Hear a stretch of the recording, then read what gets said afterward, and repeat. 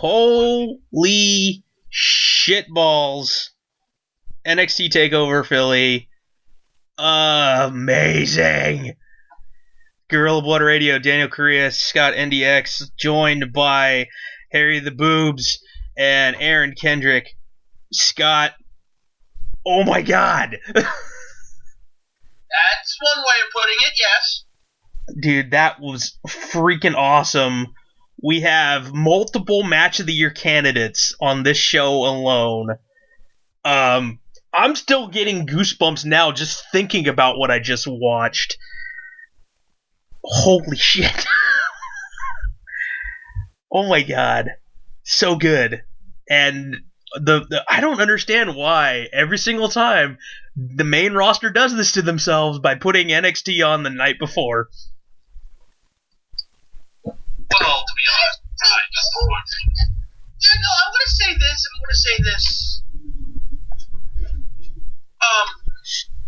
I'm trying to say it the kindest way possible, but remember, the main roster caters to a slightly different audience. That is true. That is very true. And we say this every time. But we have to admit that overall, the main roster is catering to a different audience. And tomorrow night is the Royal Rumble. So I can't really have a bad Rumble match. You have a bad ending to a Rumble match. For the most part, they're always fun. yeah, no, that is very true. But let's be honest. This caters to a more hardcore crowd when it comes to pro wrestling. Did you hear the rabidness of said crowd? Yes. In Philadelphia? There was insanity going on. Oh my god. I mean, it blew me away from freaking... I mean, even the quote-unquote worst match on the card was still good. Like, really good. You mean the women's match? Yeah. Oh my god. It's... Alright, well, let's go through it. Oh my god. Was there a match on the pre-show? Because I didn't get in to watch the pre-show. They don't do that. They usually record the matches before the show for Wednesday. Okay. And then on Thursday they'll start taping a month's worth of NXT. Okay. So we didn't have an official pre-show match on the pre-show. I'm guessing they gave away the NXT awards, but we will go over that another time because fuck that. I gotta say something about this pre-show. Yeah. Samoa Joe. Okay. Yeah, there's a Samoa Joe. When he retires, he could do commentary anywhere. The man was great on commentary. Surprised the hell out of him how good he was doing the commentary. Excellent. No, for a guy who didn't talk for a year and a half at TNA, he talks very well. And he's very literate about the sport, and he let that literacy come through in the way he spoke. He didn't come off like... It's not how you would expect Joe to come off on something like that. He wasn't smarmy or anything like that. He was very humble about himself and about everything else, and he really put over the NXT product. Awesome. So what you're saying is Samoa Joe's not CM Punk? No.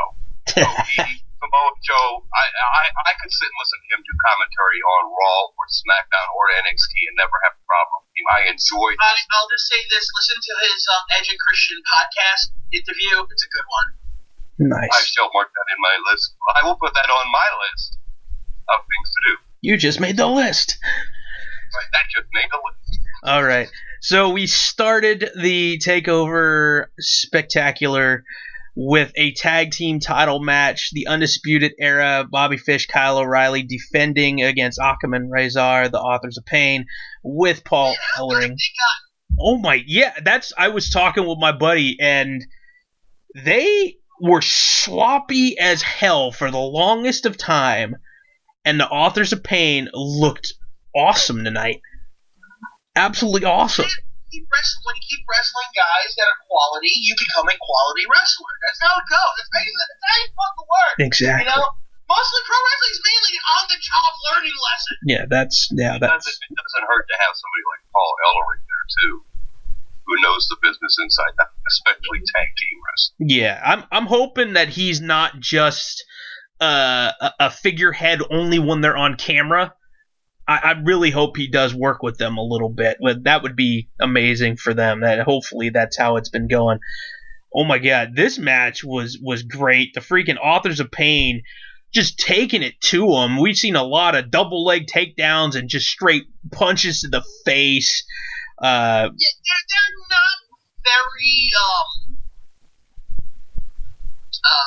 fluid in the ring, I would say, when it comes to being like, move after move after move. It's kind of just two big bastards beating the crap out of people. Sometimes that's what you need in pro wrestling. Well, you need a couple King Kong Bundys out there beating the shit out of you, It wasn't about finesse. Well, it was power. Yeah, and you've said it before. The play on their names. What is it, Scott? Occam's Razor. Yeah, which is? I believe the best path to success is the shortest one. Yep, straight line, which is exactly their mentality. Go right through you. But it works. Two big guys using their weight and muscle. That's how it should be. I mean, if you watch a team that actually kind of makes their debut after this, if only in the crowd, War Machine. Yes. Okay? War Machine is another group that's just two big fucking dudes doing what big fucking dudes do. Beat the shit out of you. Yeah. Don't expect anything less. So, this match, man, for the most part, Authors of Pain just going for it. And the only thing that slowed them down was Kyle O'Reilly going after the leg, constantly trying to put. I don't know which one is which. Sometimes. I literally just watched the match. Okay, it was Occam going after his leg. If you're going by AOP size, it's the smaller of the two with the weird squish head. So they went after his leg. He was having problems the whole time with it. Kyle O'Reilly kept trying to trap him in knee bars and heel hooks, ankle lock, everything going after that leg. Oh man. I mean, there's a lot of chaos going on, and for two guys who are not very big, and Fish and O'Reilly, they really took out guys literally twice their size. Oh man, and not to mention the scary couple of moments where Bobby Fish got speared through the ropes out to the floor, and I thought he was gonna get squished. But actually, Bobby Fish is the one who did the spearing. Oh, it was the other way. I'm sorry. Yeah, he's the one that actually took Razor out of the match, and Razor landed on him. Yeah. So, oh jeez. It was horrible. His brain would have skidded across the floor. Yeah, but oh my God, the finish of this match. I'm watching this going, okay. They've been selling the leg the whole time. I wonder if that's going to come into play. AOP gets the upper hand, goes for the Super Collider. The impact from Razor pushing one guy into the other. Akam loses control. Freaking Kyle O'Reilly, Hurricane Rana. Akam runs into Razor, knocks him out of the ring, and roll up for the pin. Undisputed Era survives. It was a really steep roll up too. I stacked them up high. Yeah. Holy hell. And then afterwards, it was funny. Their music is playing, and the referee's like looking around for him, and they're both on the outside laying on the floor while the Authors of Pain are like backing up the ramp going, what the hell just happened? Oh, man. Yeah, having Ellering in their corner has been a godsend for that team. I don't think they'd be anywhere near as good. They're getting better on the mic, though. They're starting to actually talk, too. Yeah. So I have a feeling when they come up, Ellering won't be going with them. Yeah, unfortunately. I know you don't want to hear that, Boobs, but that's what we fully expect. I mean, they're giving them more time to talk now. Because Paul Ellering deserves that. I don't disagree, but I'm just going with what I feel is going to happen with Ellering, with them talking now on their own. They're not going to need Ellering soon. I wonder if we see Ellering get a new tag team then. Maybe either War Machine or maybe we get the... Or maybe he can stick with Roderick Strong. Or maybe they can put him with his daughter. That would be fun. Did they hire her? I believe so. Yeah, she was in the tournament, the Mae Young Classic. I don't know if she was actually hired. I think she's still doing indie dates. Yeah, she was. Last I saw, she's been doing some indie dates out west. So, well, I don't know. I mean, it's always a possibility they could do it. yeah, we shall see. I mean, we have seen that they've been signing a lot of people to NXT, and Scott mentioned one of them that they showed at the end of this match was War Machine, Hanson and Rowe. but if you also saw after the match, Paul looked at him and was like, "What the hell? Yeah. What the hell happened here?" Maybe there's that. Maybe Paul Ellering starts to lean toward the side of the other side of the fence there. And did you guys get the feeling that the Authors of Pain are slowly becoming babyface? Because it felt like the crowd was behind them more than they were the Undisputed. I don't think that. I think it was more just, we want these guys more than the other guys. I don't think it was a face turn more than it was just, the lesser of two evils. Yeah, it seemed like they had a lot of crowd reaction behind them. They It's not disputed. You can't deny that, they were getting a fair share of chance as well. Yeah. Oh yeah. People love Red Dragon. I know. I can't believe I'm saying this, but for the longest time, I hated Bobby Fish. And he's really turned me around on him. Yeah, I hate him for his name, but let's be honest, it's a stupid name, Bobby Fish. How about we'll bring in Bobby Filet Fish and keep with the Irish theme? You guys missed our last show. Oh my god. Oh man. Yeah, this match was awesome. A great way to kick off the show. Successful. Yeah, successful title defense for the Undisputed Era. Tomorrow night there are 4 tag teams that had better live up to what these two teams did tonight. It was amazing. It's hard to believe that NXT is actually a WWE product. It really is. Sometimes you sit there and just. That's what's necessary. It's great to have that alternative even within the company. Yeah. I also noticed this. Normally, in the middle of the NXT logo for the pay-per-views, right in the middle of that end, they have the WWE branding. Did anyone notice that wasn't there tonight on the branding? No, WWE I didn't. Logo in the middle of it. It said NXT on it.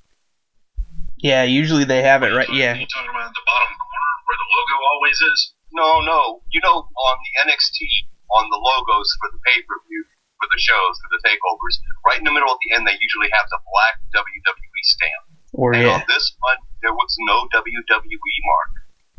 Oh no, the WWE logo's in the corner. But it wasn't on. And it's on all the turnbuckle pads. But it wasn't on the main logo front and center on the main graphic. Well, we know it's a WWE product, but that was one of the things that really jumped out at me even from the pre-show that it wasn't there. I was like, doesn't look right. There's something wrong, and I realized what it was. Yeah. Anyway. Well, yeah, that first match was damn near 15 minutes. That was, it didn't feel like it, at all. It should have gone longer. No, actually, I think it ended at the right time. Yeah. And the ending of the match was beautiful storytelling also. It wasn't that O'Reilly and Fish beat them. It was more of they beat themselves because, the way it ended, him knocking his own opponent into the pinning predicament. Yeah. That was beautiful. Yeah.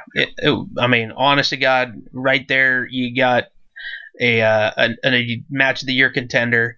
Second match of the night was a little grudge match between the knockout artist Cassius Ohno and the Velveteen Dream, who very much was conjuring up images of Ali there, especially with his tights or his boxing shorts. Thing with every pay-per-view feud he has. Oh my God, dude! He has specific tights just to fuck with his opponent. Ravishing Rick Rude all over again. It's awesome. This time he actually wore boxing shorts instead of full-fledged tights like he did against Aleister Black. It's just it's going to be unique for every. Plus, he also had an entrance where he had custom-made mouth guard for it. Yeah. Not that it did long, but the whole showmanship of it all was amazing. Yeah, young lady kind of helping him out. He also had a gentleman holding the pillow with the mouthpiece on it. He's such a freaking showman, man. Who would have thunk that the kid Patrick Clark from the Tough Enough show would be this character doing so well, so much fanfare about him. I don't know, man. I did not expect that at all. Like, I'm a fucking mark. Yeah. That's all I can say is I'm a fucking mark for it. And the way the build up for this one, Velveteen was saying something akin to, I can knock him out in about 30 seconds.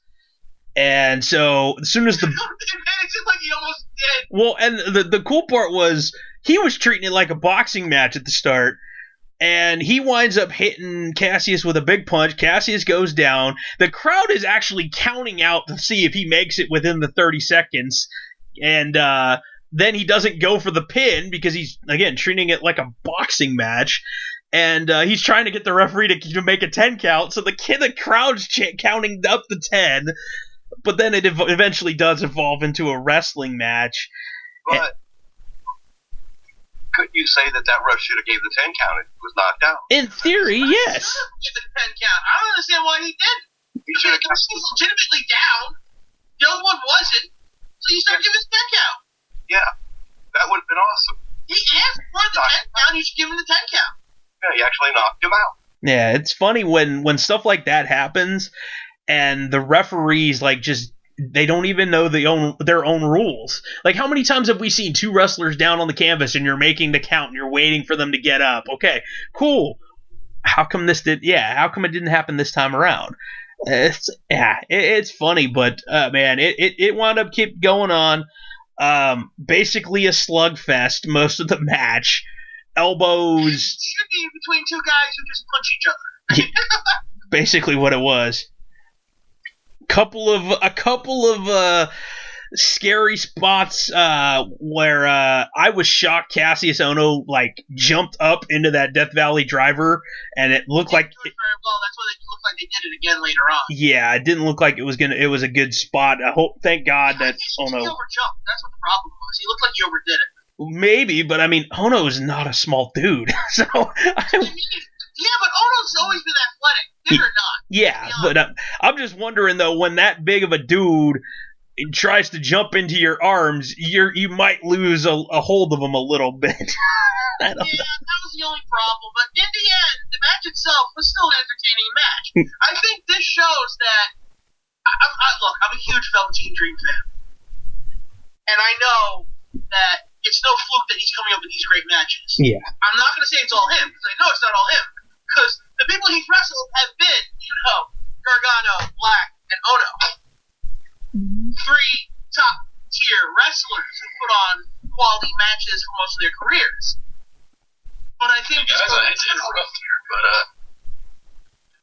Go ahead, Aaron.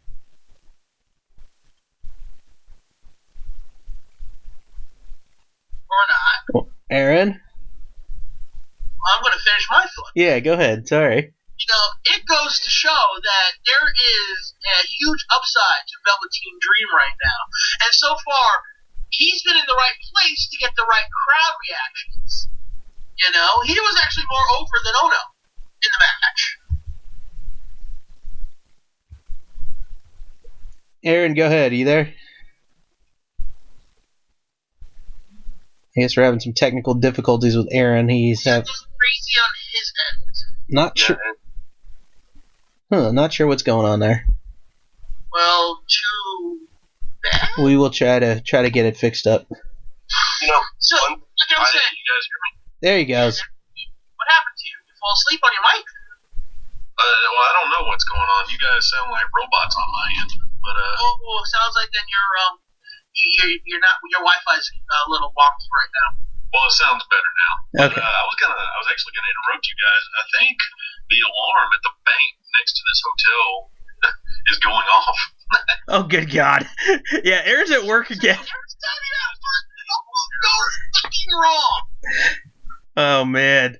Well, keep us updated on what's going on. We may be able to be talking about a bank robbery in progress or some crap while you're at the hotel next door. Just do me a favor. Start working with the bulletproof vest. Well, we'll see what happens. But One thing I noticed about the match with Ohno is normally we get the Ohno chance, right? yeah. Dream was definitely the fan favorite here. He was the crowd favorite for this match, and it's odd. It's odd for somebody who we're not for someone who we're not supposed to like to actually get over on the guy we're supposed to really be behind and get into and appreciate. And it's one of the other things about the NXT crowds that the Raw and SmackDown crowds just don't have. It's those fans that appreciate ability over hype. So smarks. Yeah. Yeah. Yeah, but let's be honest. Velveteen Dream's gotten some pretty good hype out of all of this. Okay, just that feud alone with Aleister Black and winning Feud of the Year with it. I mean, that just goes to show the way they're booking him that they want him to be something big. He's going to be a major player at some point, and they're already pushing him towards it.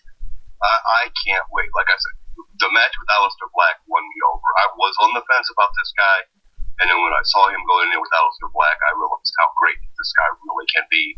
I'm telling you, yeah, granted, he's been wrestling top-tier talent, but, you know, you're not going to have great matches with nobodies unless that nobody can actually hold their own a lot of times. Mm-hmm. Let's be honest. Well, if he... He's been holding his own. Yeah, and we tend to follow people that we have an interest in, and I have been following him because I'm interested. I want to see where he goes because I think he deserves the every opportunity he's got. He's proven himself. Period. Okay, I don't know if you guys heard what I said a minute ago about the bank possibly being robbed. Yeah. Yes.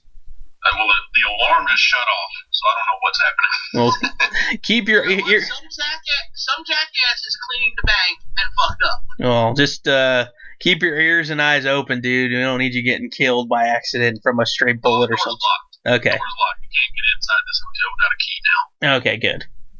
So, Good. How crazy is this? Every week there's something else for you guys to hear. I know. You said that shit. Yeah, that's insane. Yeah. Don't you love it? Too bad I'm not going to be here much longer. Oh, man. Well, shoot. So if you couldn't figure out by the way we were talking, the Velveteen Dream wound up defeating Cassius Ohno. Big old Death Valley Driver, and then the Purple Rainmaker elbow from off the... Not the turnbuckle from the post. The post, yes. He another 6 inches. Well, plus another foot back. He had to jump even further. So... Hey, if we do the math on that, let's get Professor Scott's time. Oh, gosh, yeah. He's got a 33 and a third chance of actually hitting the move. And Yeah. Well, actually, it does make a bit of a difference because when you're on the turnbuckle, you do have a little bit of a spring that's true. to help with that. You don't have that off the top of the post. I just like the fact that the post is now wide enough that people can jump on that shit. Yeah, it is. It's a nice little standing point for them to do that. That being the post, his overall chance went up to 142%. Oh, goodness gracious. Oh, man. So then we moved on to the women's title match with the champion Ember Moon defending against the newcomer Shayna Baszler, the MMA. It's hard to call her a star because she really wasn't a top-level MMA fighter, but she is... But she is part of the 4 horsewomen of MMA with Ronda Rousey, so that gives her some clout. But she's been an indie wrestler now for a good year plus, basically kicking ass and taking home arms with her. So, plus she was in the Mae Young Classic. She made the finals, wound up losing to what's her name? Kyrie. Well, let's be honest. Kyrie Sane. Let's be honest. She doesn't look like Lacey Evans, so you don't like her. We've gone over this before. I do not like Shayna Baszler because she is too much reminiscent of an MMA fighter and doesn't have the showmanship yet. That's why. Like Sonya Deville does.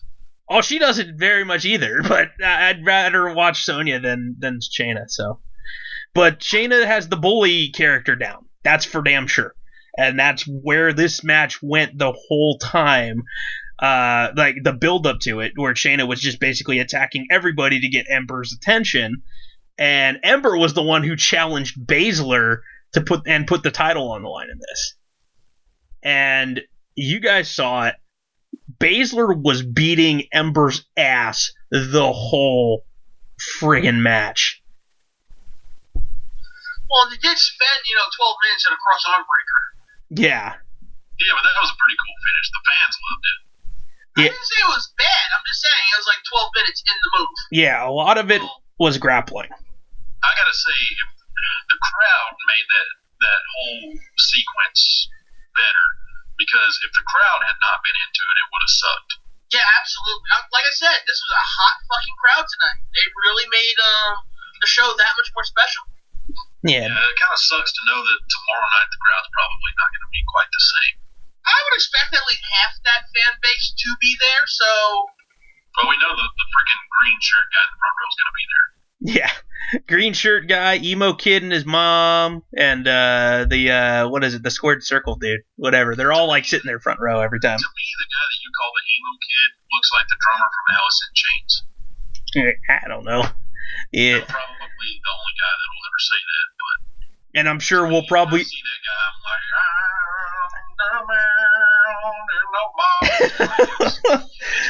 it's pretty fun for me because I've got all that going through my head. Oh, and I'm sure tomorrow we're more likely to see Brock Lesnar guy and Sign guy and maybe Frank the Clown. So. Does Sign guy even do WWE shows anymore? Yeah. WrestleMania? Yeah, every now and again you still see him.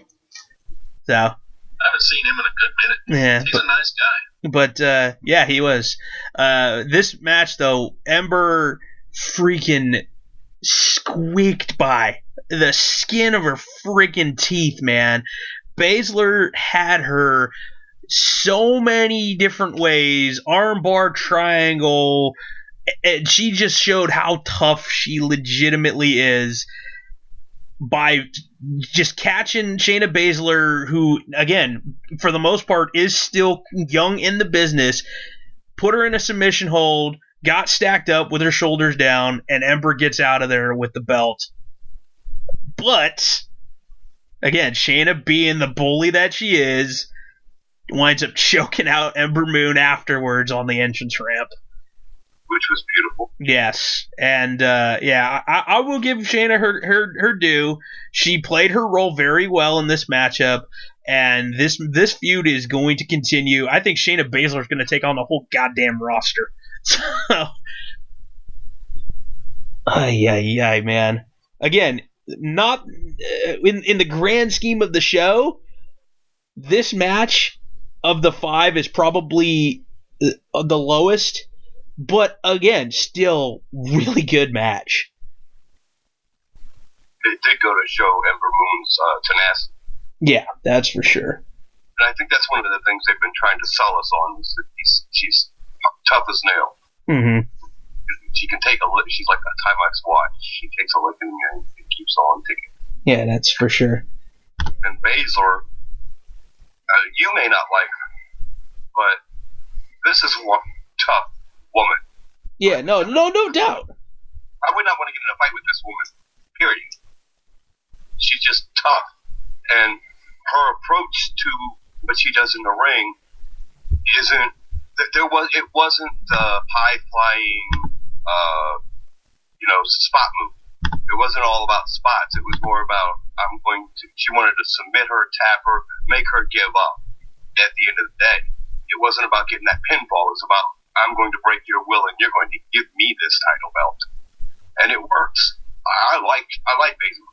The thing I like about Shayna Baszler is she wrestles differently from any other woman I've ever seen. And she's really a breath of fresh air to the women's division, to me.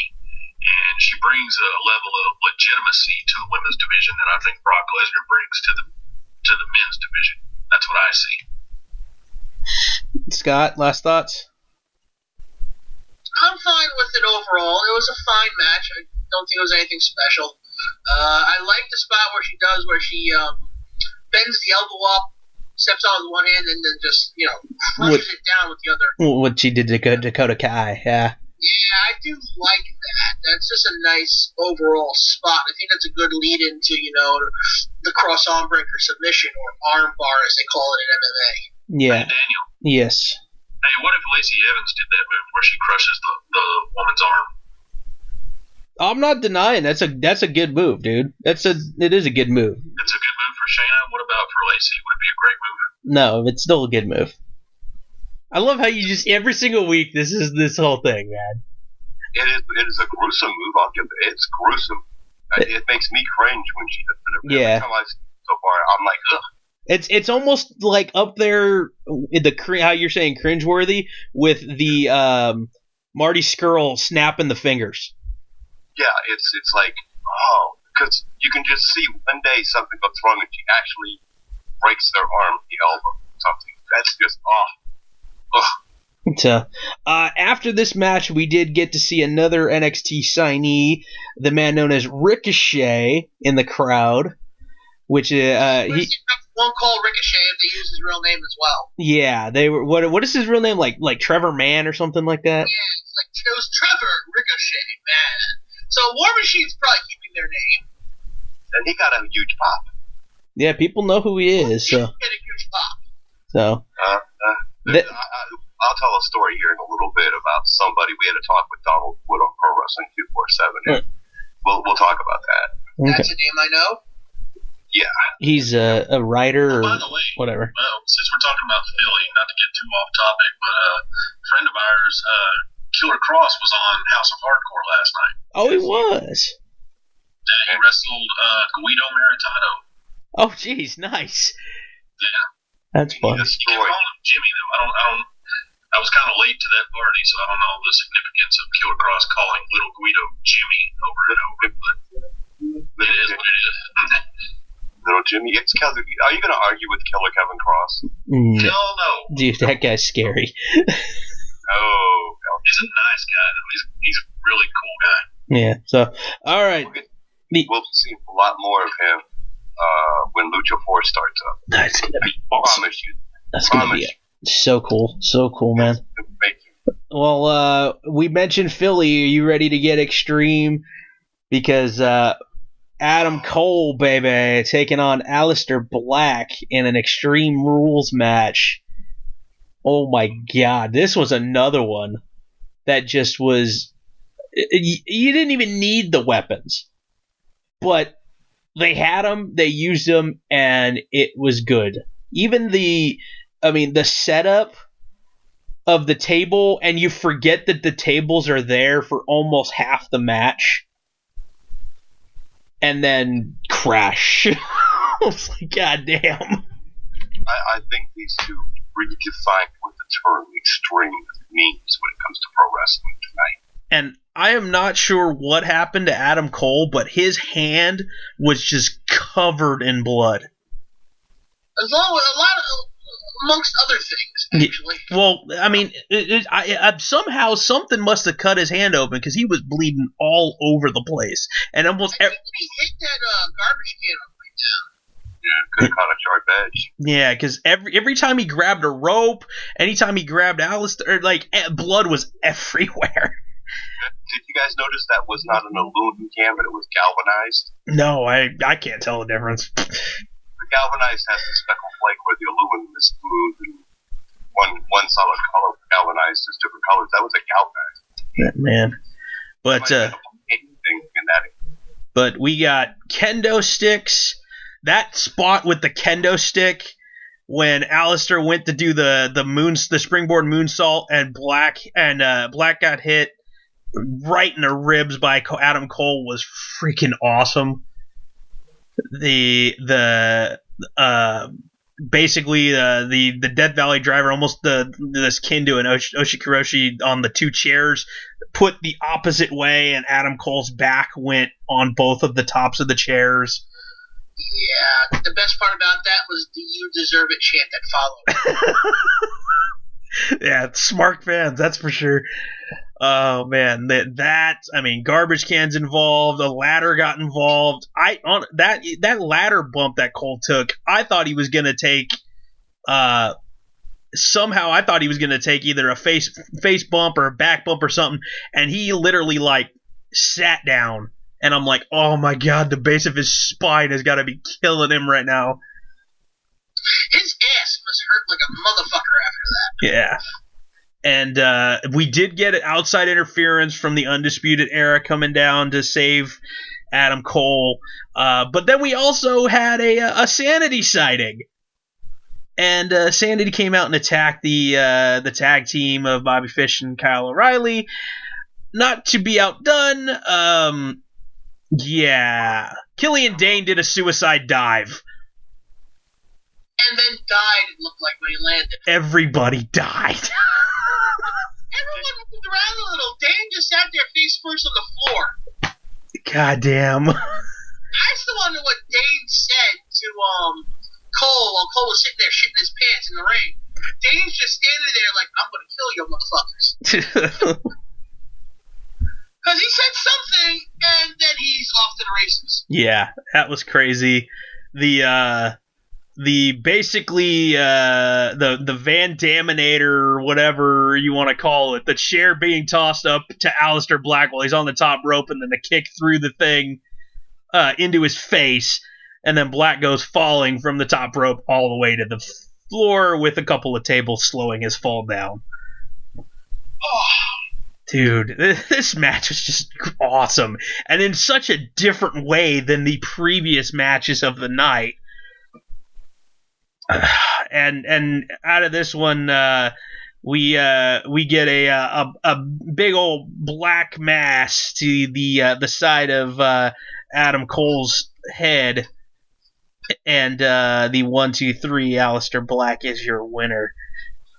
20 plus minutes this match, dude. It did not feel like that at all. At all, man. It went by in a freaking minute, dude. It felt like. And the announce table fell victim. Yes, that is true. We did get a basically double knees to Adam Cole and both through the table there. That was a cool spot too. There was nothing not cool about it. And the nice thing about this match was all the big spots, like the going through the table, anytime the tables were involved, those spots didn't feel like they were rushed. They felt like they were perfectly placed. It wasn't too much. It was enough to make you really feel the violence of the match, and they were done at the right time. But like you said, we forgot about those tables at ringside. Yeah. And when it happened, you're like, oh shit. Yeah. Those were there. Wow. Yeah, and the funny part was one was set up by one dude and one was set up by the other dude. So we're like, okay, great. And as soon as Adam Cole put those two chairs there and then turned them the other way, I'm going, oh, I feel bad for his back. He's probably going to get those. And then sure enough, he's the one who gets flipped over into him.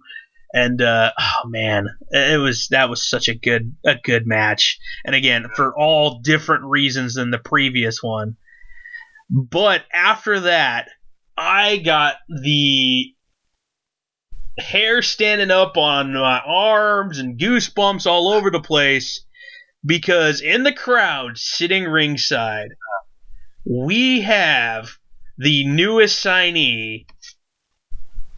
Absolutely newest. It hadn't even been announced yet. The other people have been announced. This one, oh my god. Yeah, this was wishful thinking for a lot of us. We didn't realize it was actually happening. EC3 sitting ringside, and they called him EC3. They let on that the NXT roster is in trouble. Oh my god, I'm marking out right now as I'm talking about it, and my goosebumps are back. And I got goosebumps too, because this is a long time coming for a guy who really deserves this opportunity. And they really didn't know how to use him beforehand, and when he left, he was given a golden opportunity, and he has evolved so much as a competitor and as a character. I'm hoping that they don't ruin him. I don't think NXT will. It would be the main roster, if anything. But he comes. He's a self-made man. He comes in. Also, yeah. Let's see if he can continue that. Yeah, he comes in now. He's almost an instant threat for the world title, for the NXT title. The fun thing is we were talking with Donald Wood on Pro Wrestling 24/7, and we were talking where EC3 would come in at. Would he come in at the Rumble? Is he going to show up at NXT? And then it was brought up, put him in NXT. And Donald Wood was like, he didn't think the WWE crowd would react. Oh, I believe he got the biggest reaction out of everybody. Yeah. Everybody knows who the hell EC3 is. Yeah. The thing that shocked me about it was that they let him be EC3. I'm grateful. You really can't change that. It's so established at this point. That's who he is. Plus, we've all said it before, Dixie Carter has worked with the E in recent months. It could easily be said, the reason why I came in is because Dixie opened the door for me. Thanks, Auntie! Yeah. I mean, I was telling Daniel a few nights ago, just, think about if he's on Raw cutting a promo, and he uses that phrase, I'm a Carter, just imagine that on Monday Night Raw. As much as people like to hate Dixie Carter, just think about what that would mean if he did that on Monday Night Raw. Oh, yeah. Think about this. I want to see Kurt Angle's reaction if he shows up on Raw. Also, imagine this. Imagine Dixie getting a faction together of old TNA guys in WWE. And in a mini invasion angle where she has the Carter family. And you got Ethan, you've got Bobby Roode, you've got Eric Young, you've got Samoa Joe, you have all these ex-TNA guys, and you could do something with a Carter faction in WWE and bring Dixie out, because I really think fans would take to Dixie Carter as this popular. Nope, you lost me. Stop promoting this. Stop it. It'll never happen. If it does, I will stop watching wrestling. That'll be your fault. No, you Stop won't. it. No, you Just won't. stop. No, you won't. Stop. No, because I will. Let me help you out, Scott. Keep censoring him. Anyhow, I still. Look, That's right, Aaron. when they showed EC3 in the audience, the hairs on my mouth off. My God, just picked it up. It was like, wow, he's here. Yeah, dude, I'm so happy. I'm so freaking happy that he's there. All right, Aaron, quit it. I was leaning back up that time. I'm sorry. And he's finally going to get a paycheck that won't bounce.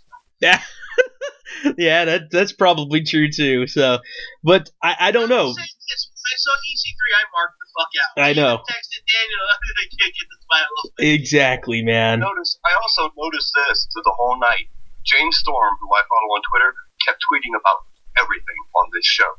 So that gives me hope that maybe the Cowboy is going to get involved. Maybe not as a wrestler, but maybe backstage somehow the Cowboy becomes involved. Screw that. I would love to see the Cowboy debut tomorrow night. That would be awesome. Have him show up. Wait, I just read on Instagram that there's an open challenge for the U.S. title. Yes, and it's Bobby Roode who's the champion. I was thinking that. Oh, dude. Oh, that would be so awesome. And that's on the pre-show, dude. Fuck, I don't care, man. If you come out and you hear, sorry about your damn luck. Well, here's the fun part. Anthem has let these guys take their gimmicks. EC3 trademarked his name, and he bought the rights to his entrance. No shit. Really? Yes. Oh, God, if I hear that theme song, I'm going to bark like a bitch. Dude, no, the one thing that I'm hoping, I know that you were saying the open challenge with that. It crossed my mind, but I have this feeling Bobby Roode's going to still be in the Rumble, okay? Bobby Roode's probably going to end up being number 1 or number 2 because of the entrance. I mean, come on, you got to have people singing the Glorious song. Could you imagine Storm comes out in like the AJ Styles spot around 5, and then they pitch the whole angle of Roode versus Storm, former tag team partners, bitter enemies at one point in time.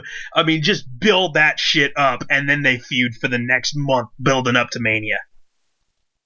I was kind of hoping that they would use the Rumble as a way to debut Ono against Cesaro at some point. Because it feels like Ono just needs to go up to the main roster. I mean, what's he going to do in NXT now? That is true. Yeah, he's kind of been like, I mean, enhancement talent for the last couple of weeks, actually. It seems like it for the most part. With now putting over Velveteen was huge for Velveteen. Velveteen needed that win more than Ono did. That's for sure. Yeah. I mean, Velveteen's wrestled two top-tier guys in losing efforts. Granted, they were great matches, still lost.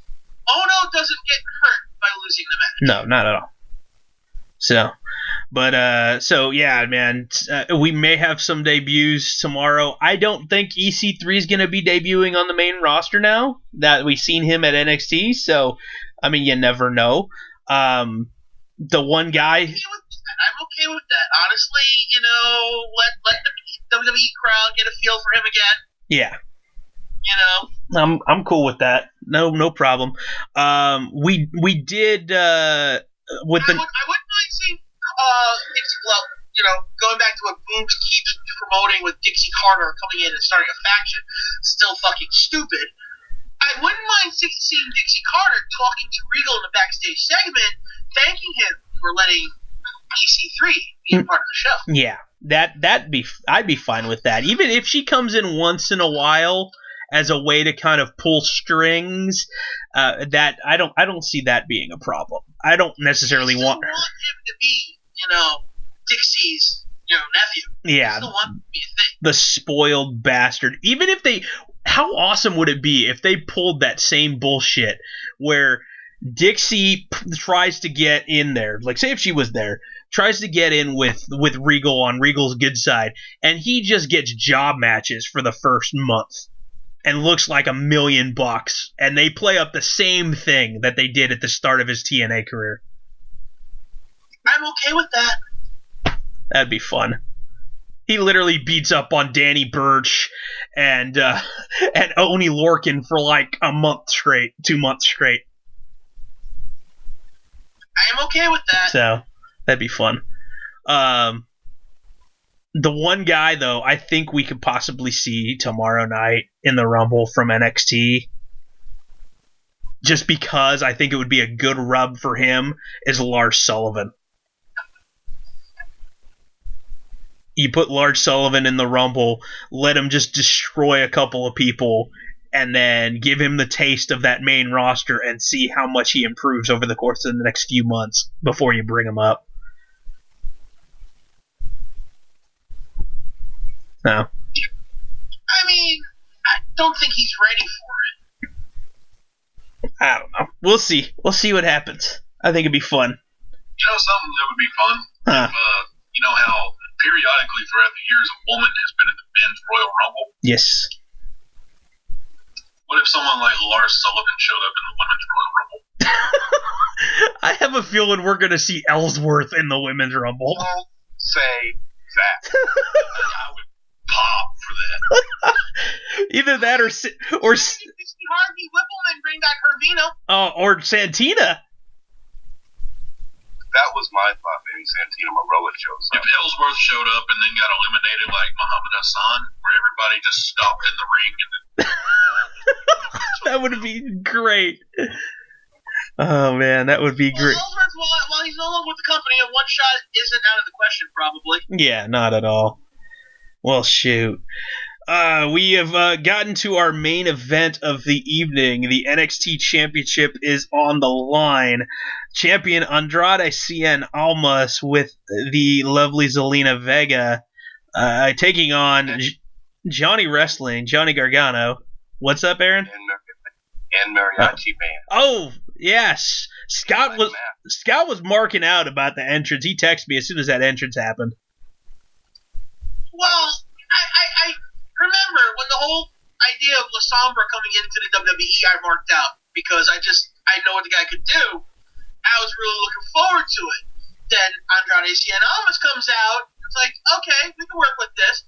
But him coming out with the mariachi band to start with, and then his music hitting, first of all, the mask mariachi band. I'm like, oh shit, they're wearing luchador masks. What if he comes out with the mask? And he comes out with the mask, like, he came out with the mask! Was that his actual La Sombra mask?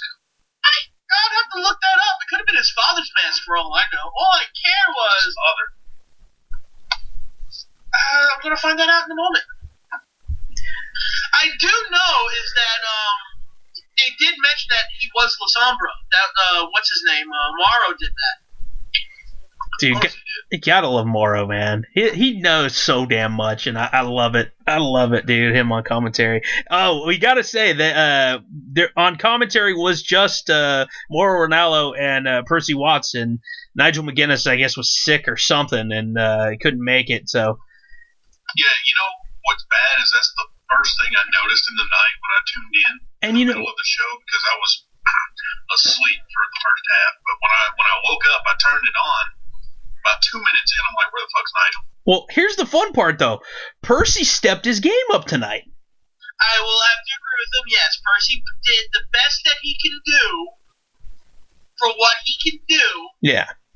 Still, Nigel would have been better. Yeah, no doubt. I mean, and considering how good the matches were, Nigel would have added to it. But Percy stepped his game up. He went in there. He analyzed things. He tried to fill the role that Nigel does. I will say this. I would rather listen to Percy Watson on commentary than the Pope. I think that's true for most. It's a very low bar you're setting.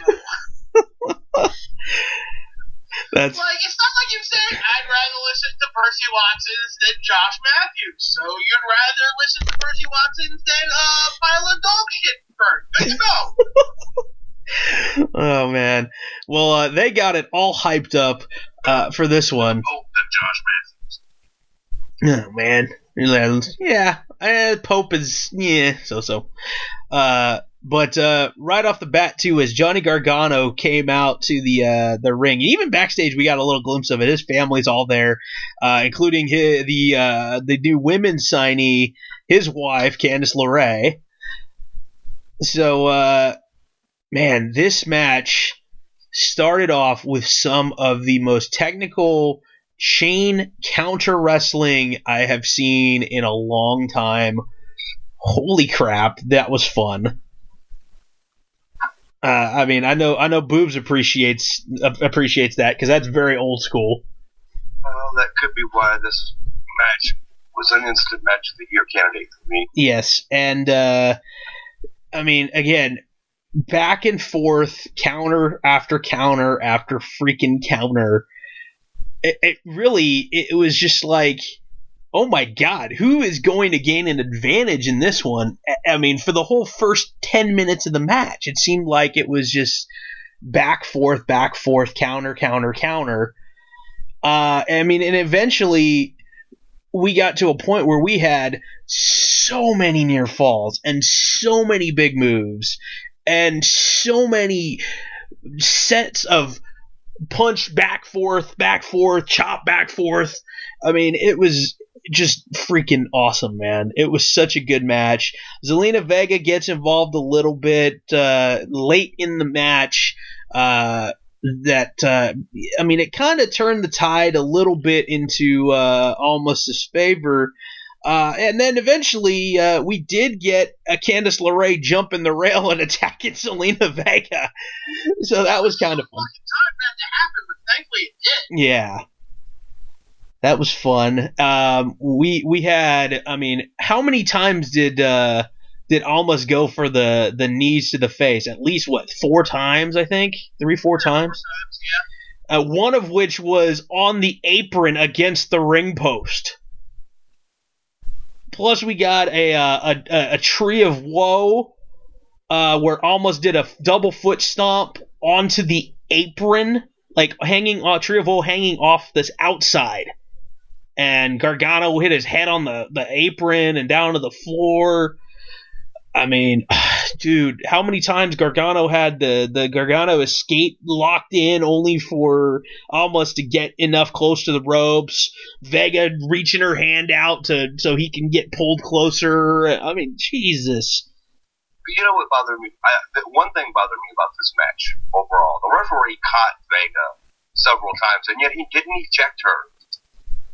That bothered me. Yeah, I mean, again, that would have been the point. The first time he actually caught her doing that, he should have got her out of the match. But I know they were setting up for the run-in. Yeah. Shoot, at one point, Vega hit a Hurricane Rana on Gargano, and he went into the stairs.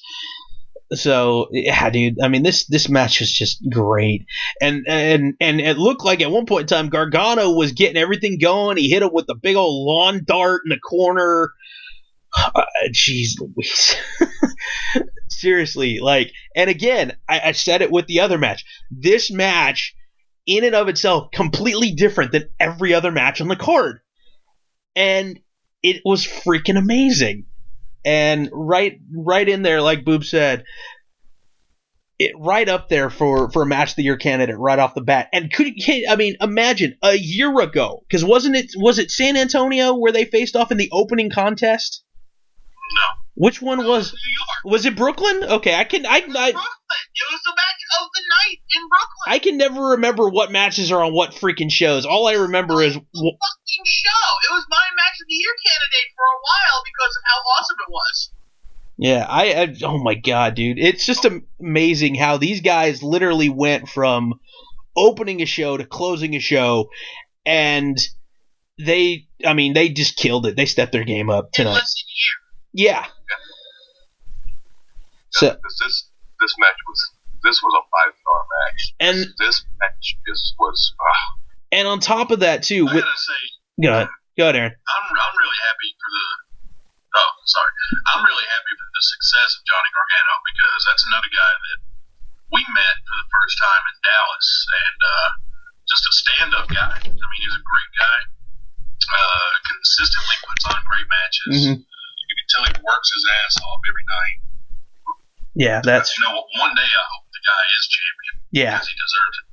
And Cien almost winds up getting the victory on this one, and man, holy shit, Gargano is the ultimate underdog, and was this close multiple times in this match from winning.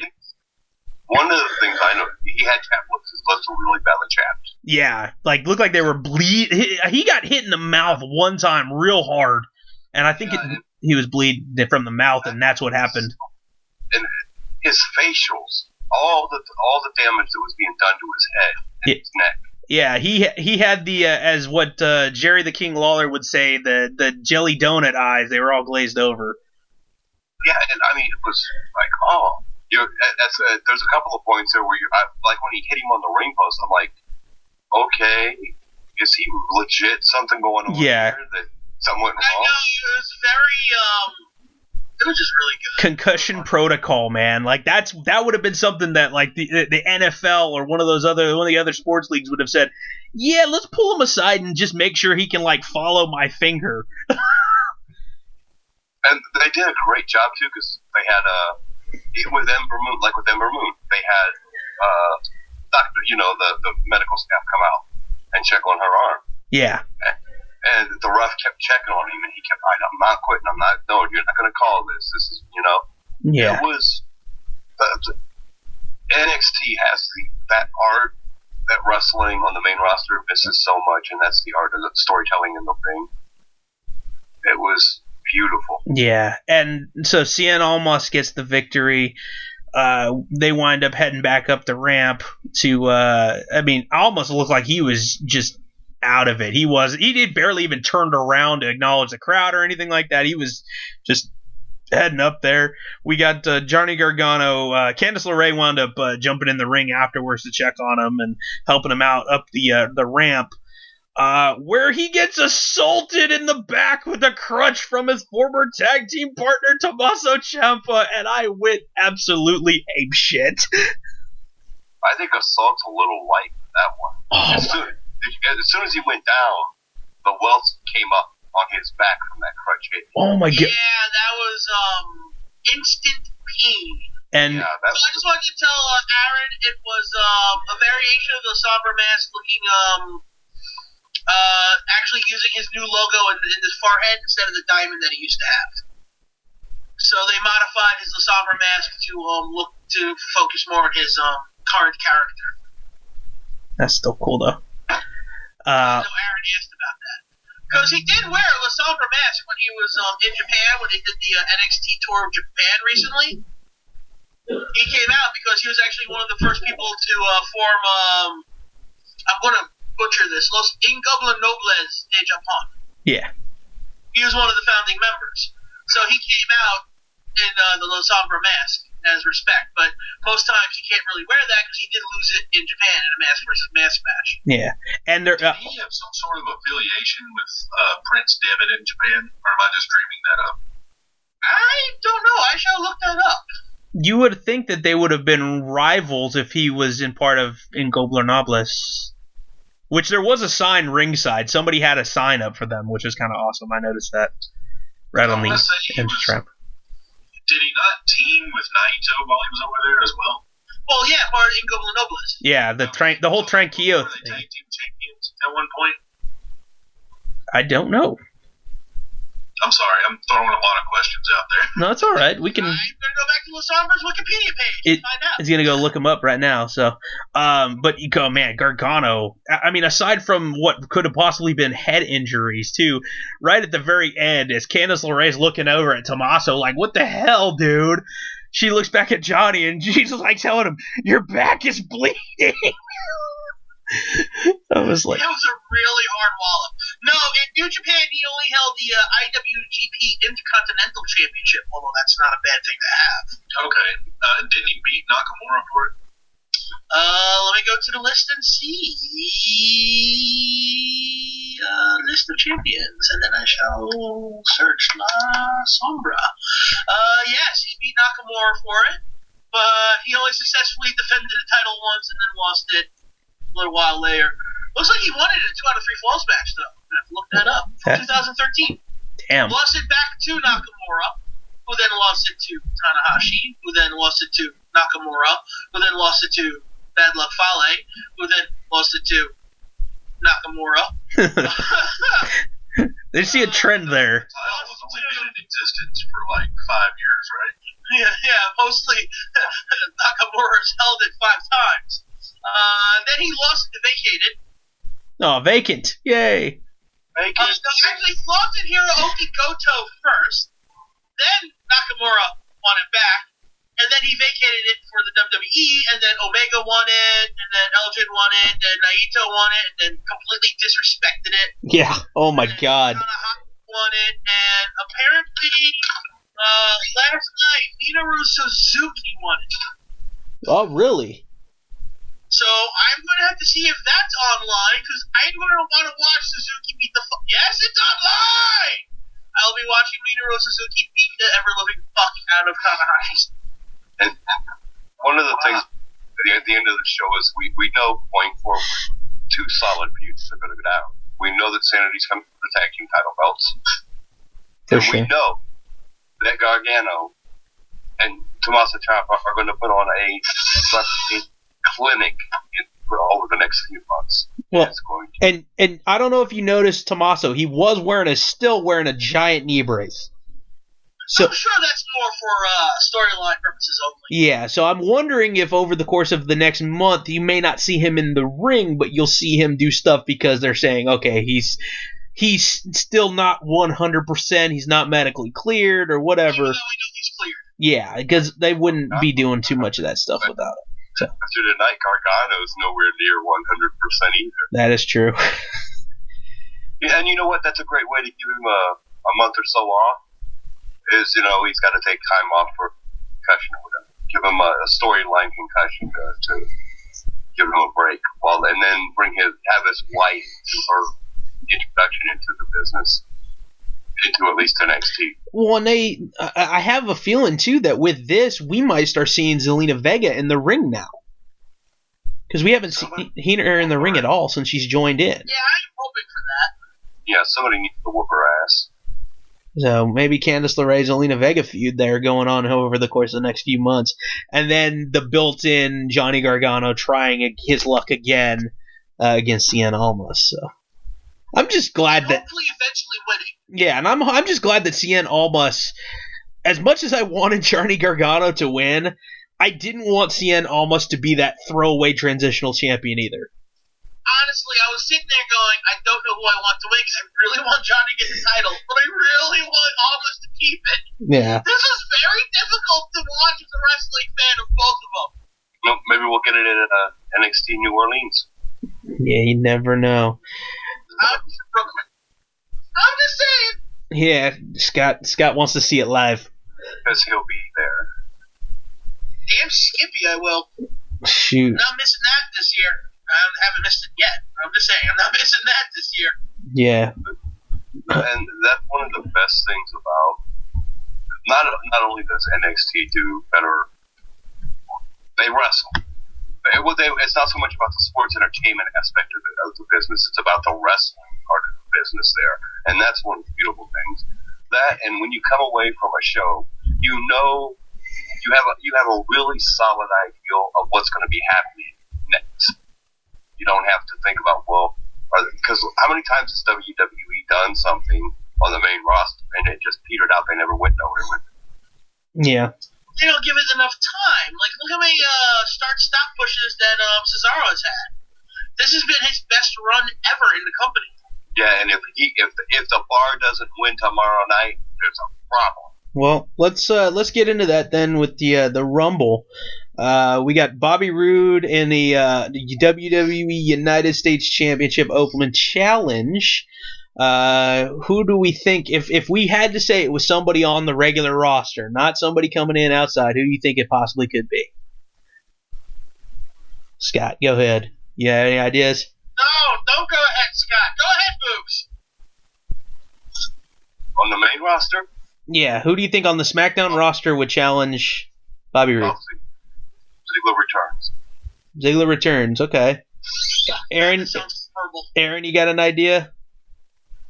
For the Bobby Roode Open Challenge, I think Dolph Ziggler is a pretty realistic guess.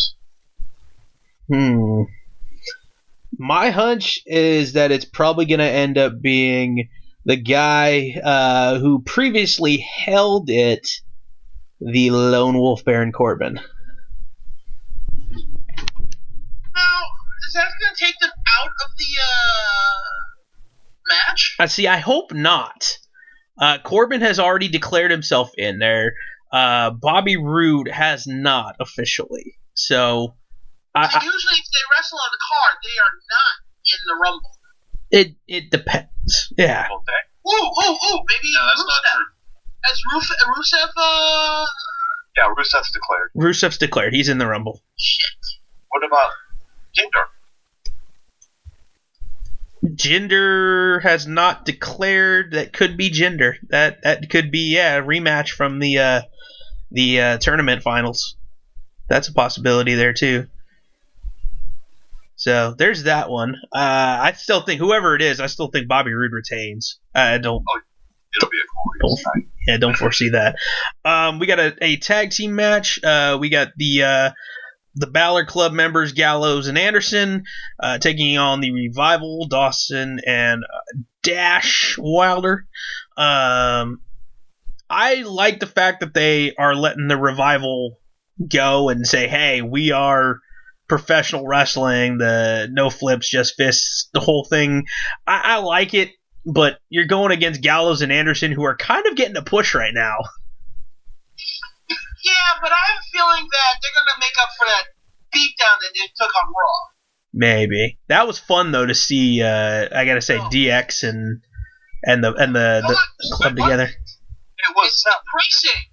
First of all, Billy Gunn's just like chomping at the bit, just saying his two fucking words. when he said, look, I did it. I actually did it. It was, to me, it was still kind of fun to see the It was bad. It was horrible.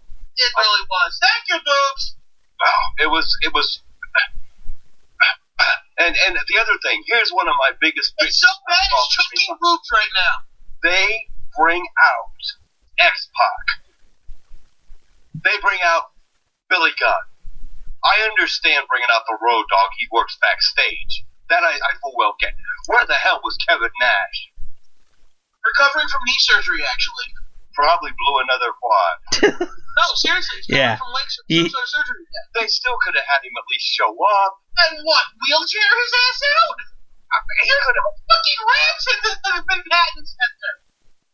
But that irked me. I get you. You bring out DX, then you bring out the members of the Clique, but you don't bring out Diesel.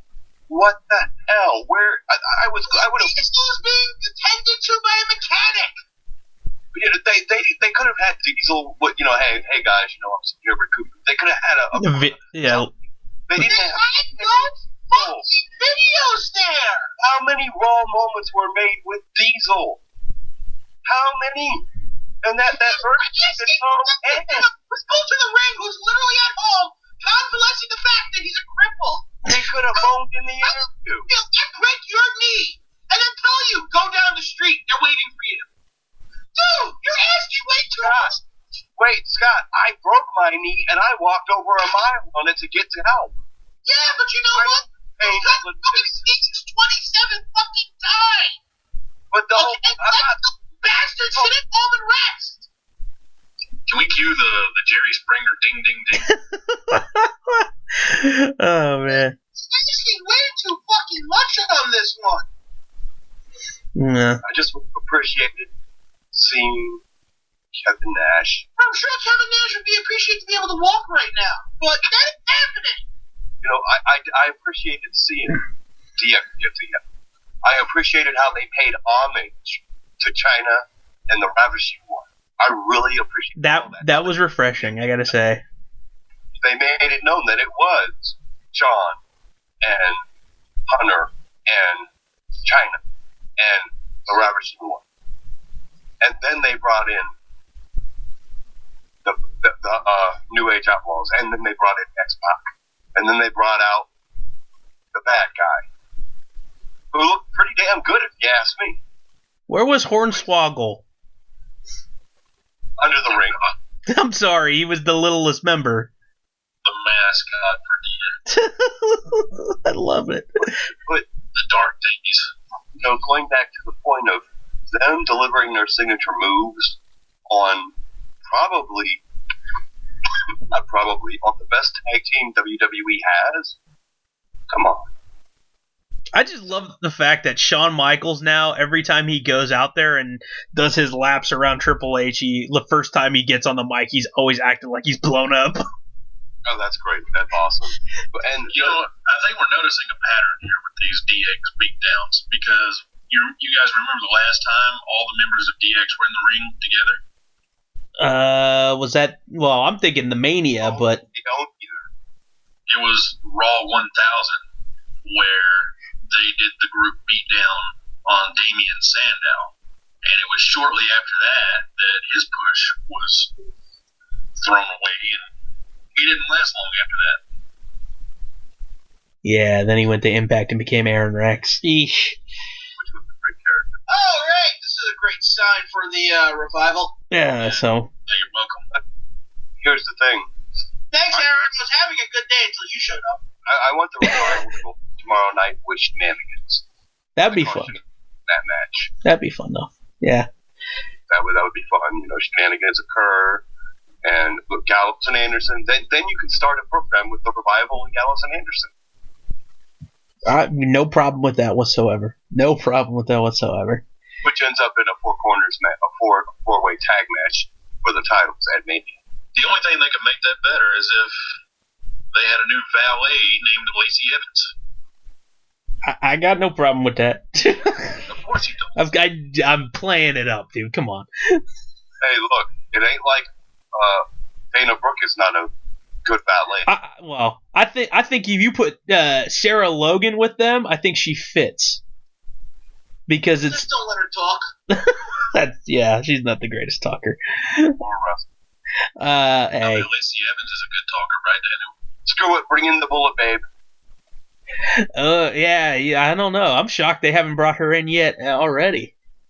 I don't think her and Gallows are still married, are they? Are they not? I don't know. I don't think so. Maybe not. So, We also got cruiserweight action on the pre-show. 6-man tag, Kalisto, Lince Dorado, Grand Metalik. So a bunch of luchadors on one side. Going against TJP, Gentleman Jack Gallagher, and Drew Gulak and his PowerPoint presentations. So pretty much TJP just found 2 other minions to work with because the other 2 aren't going to work with him anymore. Basically, yeah. Because it's literally fucking the same match as we already had. Yeah, and then we, again, because of the Enzo... But hey, Drew Gulak on pay-per-view, I'm not going to argue with. Yeah. Because of the Enzo incident, for those of you guys who don't know, Enzo was accused of raping some girl and covered it up from the WWE since October. Like, the whole accusation since October. So That's real fucked up. Yeah, so Enzo got fired immediately on Monday night when they found out, and he was just kicked out of the entire building.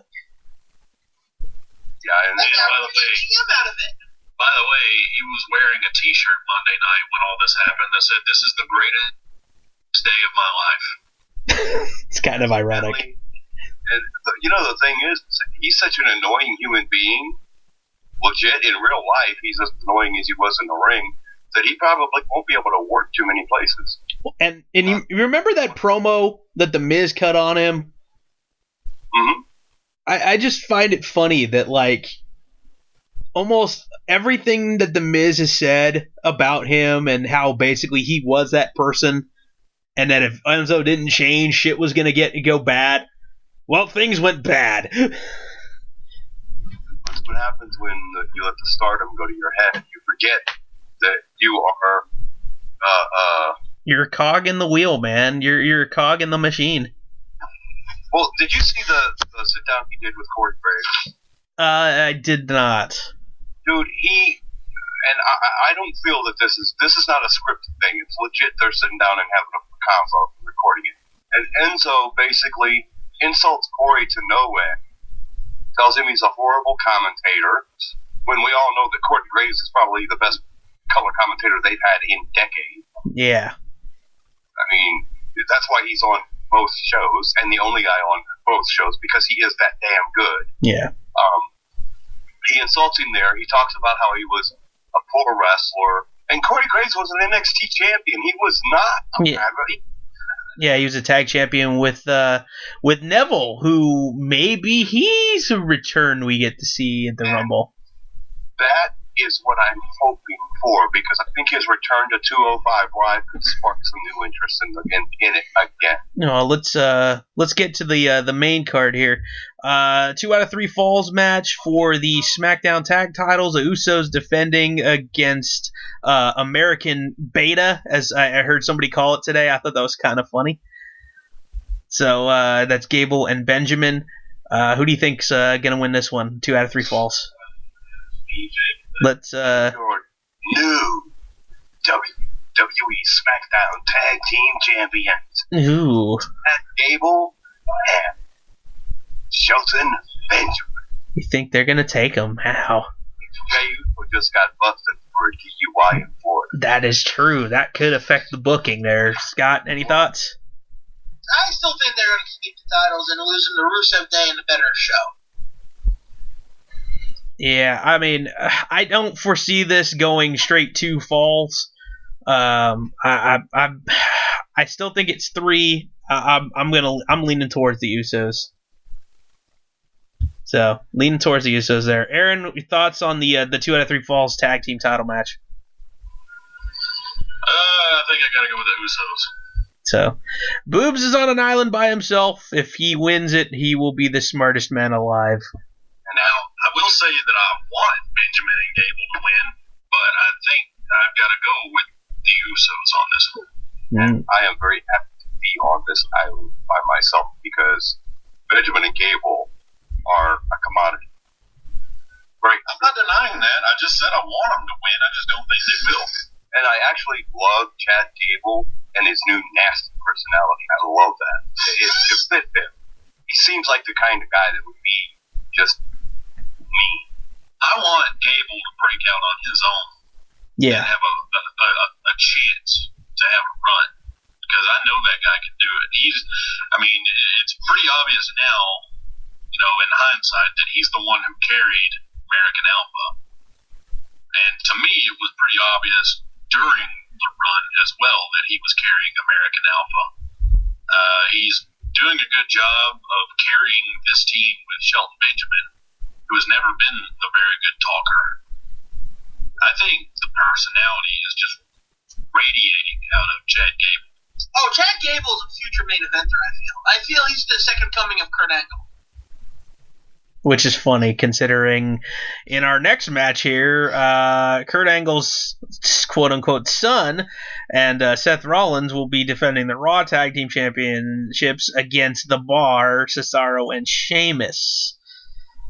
The way this one is going, I want Cesaro and Sheamus to win. I'm with the boobs. I want to see them win.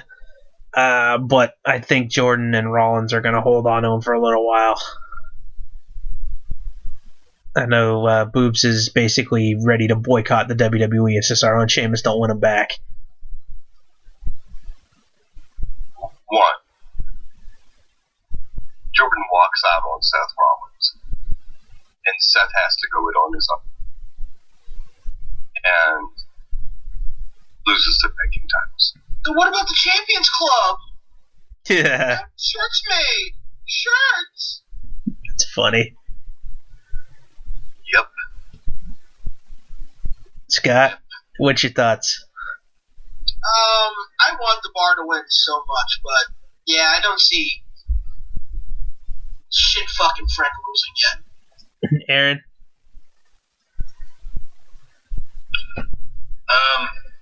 You guys were actually lagging on me that entire conversation. I don't know what match we're on. Raw tag titles.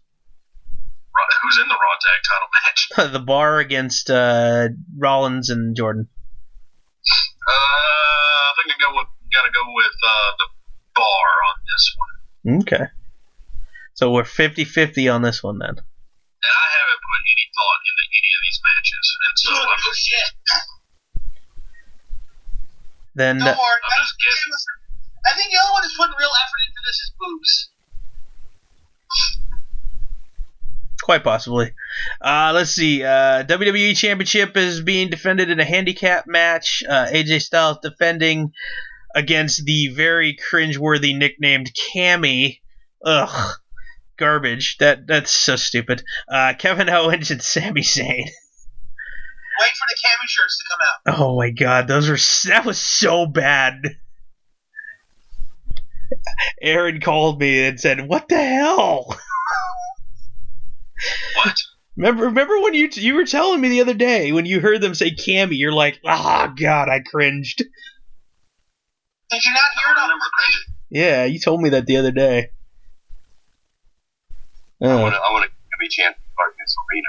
Oh god, help us. I don't remember cringing over that. I might have been drunk. Oh, that's a possibility too. Every time I've talked to you, I can hear the cup normally when you're not at work. Oh man. So I want to say this right now. When you said possibility, I heard possibility. Pastamania, brother. He made pasta from his fingers like nothing. All right, Scott, who do you think is gonna win? You think Styles is gonna get away with this one? First of all, I just want to fuck this internet.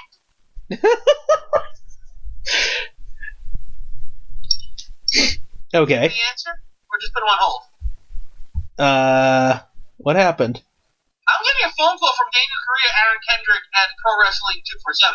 Daniel, you probably have to call back in the conversation. Oh, that's weird. Okay, I will try to add. His internet's been foobar, so he's like, I hate you, internet, and then quits the internet. Now he wants back on the internet.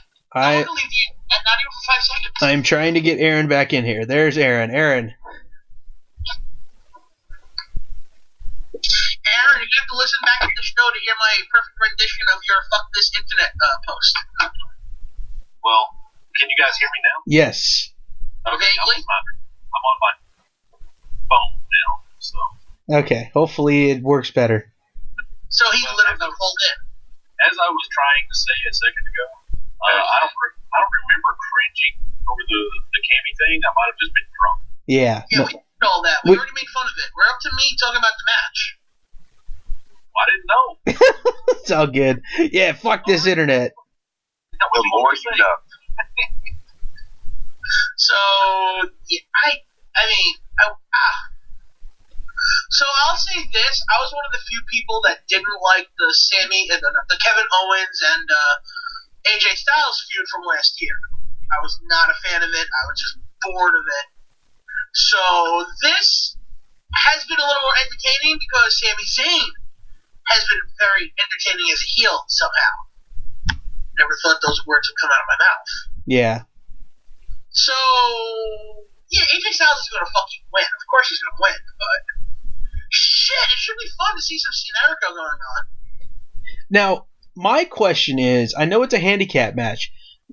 Are they going to enforce Owens Zayn having to tag in and out, or will there be two people in the ring at the same time? It's supposed to be a legitimate handicap match with the tags in and out. But let's be honest, the referees in the WWE aren't very good at their job. True. Or they'd be referees in the NFL. Yeah. Oh, man. AJ has to keep the title. He has to. I think we're going to see some involvement of Shane and Daniel both in this match. Probably. I just had that morbid feeling that this is where we kickstart Daniel Bryan's return to the ring against Shane McMahon at WrestleMania. We'll see if they ever clear him. That's the only issue. It's going to happen. Yeah. It definitely feels like that this is where they're going with it, honestly. Yeah. Just everything that's been going on, it feels like they're really leading to Amtrak making a return. And if not, then all this is for nothing. That makes and Scott's right there, it makes no sense if that it doesn't end up with. And it doesn't have to be a full-time return. You know, and I think that's what's a lot of people have gotten their heads. Oh, if he comes back, it's going to be he's back as a wrestler. It doesn't have to be full time. It could be a a Mania match, and the fans get to see get to see Daniel Bryan in the same venue that he happened to have won the WWE World Title at. Interesting. Wow. So 4 years later, he wins. He goes in and he faces Shane, and they can put, it could be a stipulation match where if he loses, he's gone from WWE. If he wins, Shane's gone from SmackDown's commissionership, making a new commissioner on SmackDown. He becomes commissioner of SmackDown, and Shane is gone, and they bring in a new GM. I mean, it's a simple thing. It's a feud with a stipulation that ends in an outcome one way or the other, and the talks are, from what I've seen, he turned out a nice, lucrative contract with him because he wants to wrestle. This could be his swan song for WWE. Yeah, it could be. So what do you think then? You think AJ is going over Kevin and Sami? This one is hard because I really would enjoy seeing Sami and Kevin as the co-title holders for a little bit, but AJ Styles is just so damn good at what he does, and I love everything about AJ. This is a hard one to call because I really enjoy seeing all three of these guys work. And like Scott was saying, I love Sami Zayn as a heel. Oh my God, how good is that? I cannot give. It can go either way. It depends on the involvement of Shane McMahon. And at the end of the day, that's what it's going to come down to, is if Shane gets involved in some way to cost Owen, and I think he will. I think he will get involved, and I think AJ will retain, but I think it'll be because of Shane McMahon's involvement in the match. I think this is what I see. I see a ref bump where the ref is out, and Shane dons the ref uniform and gets in there and does the 1, 2, 3 on probably Sami Zayn. All right. That's what I see. Right on. Aaron, should I even ask? Oh, I don't know. What do you think I'm going to say? AJ Styles all the way. Well, yeah, I do think AJ's going to win because I think he needs to have the championship going into his match with Nakamura at WrestleMania because that's what I think is happening. So that's what I want to happen. Yeah. All right. But, So I feel like this is another case of them insulting our intelligence because they don't think we can remember the match from SummerSlam of '01, which, now that I think about it, probably no one does remember that, but it's The Rock defending the WCW title against Booker T and Shane McMahon in a handicap match.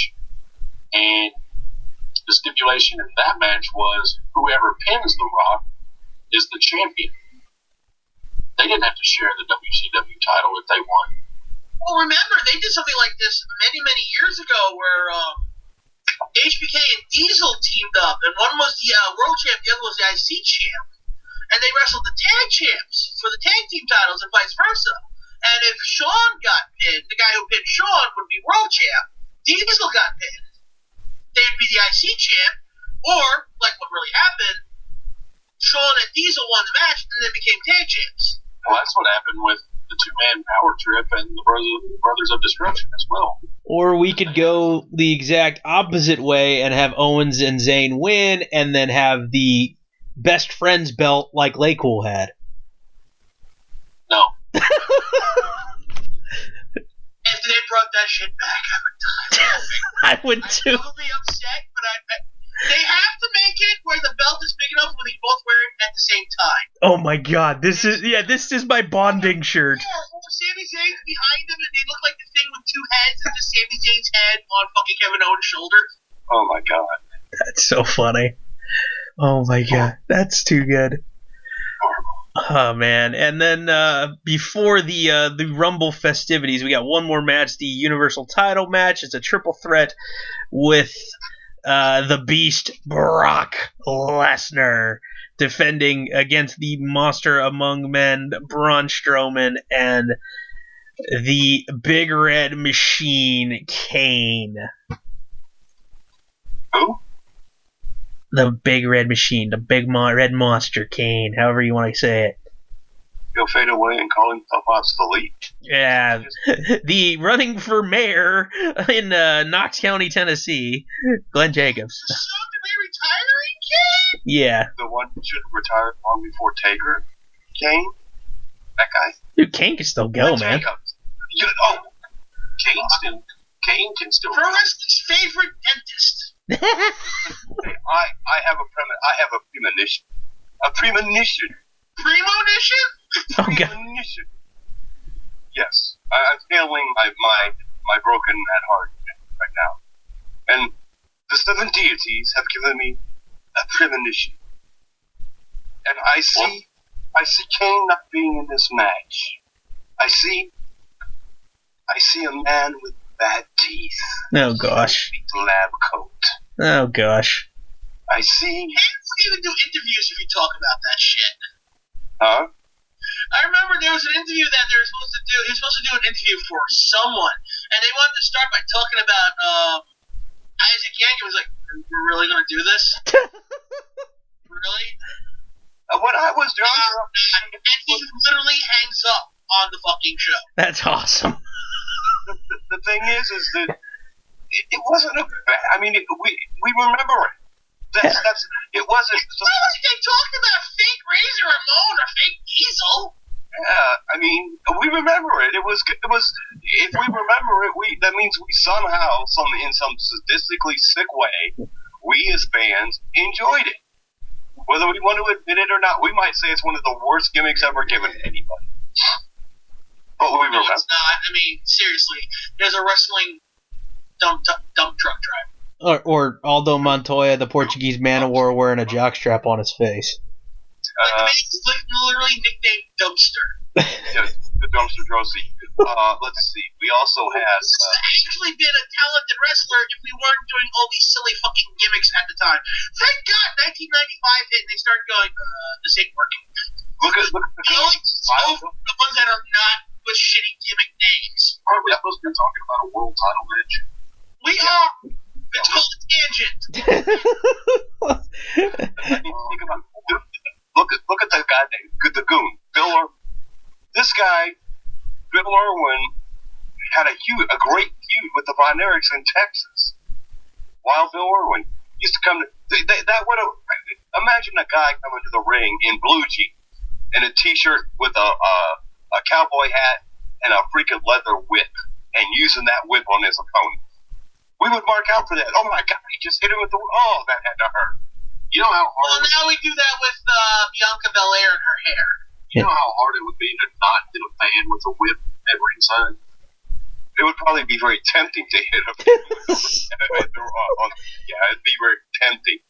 Speaking of fans, going off on another tangent, did anyone notice that when the New Day came to ringside on Tuesday night, came out of the ring, that they'd done the pancakes in the fan. Oh my God! Pancake back at Big E. Yes. And it actually was like almost a scuffle, and Big E's looking at him like, whoa. It's just a show, man. It's just a show. I don't mean nothing by it. But he goes, think about that. If you really don't like the New Day, and they throw a pancake at you, isn't that considered assault?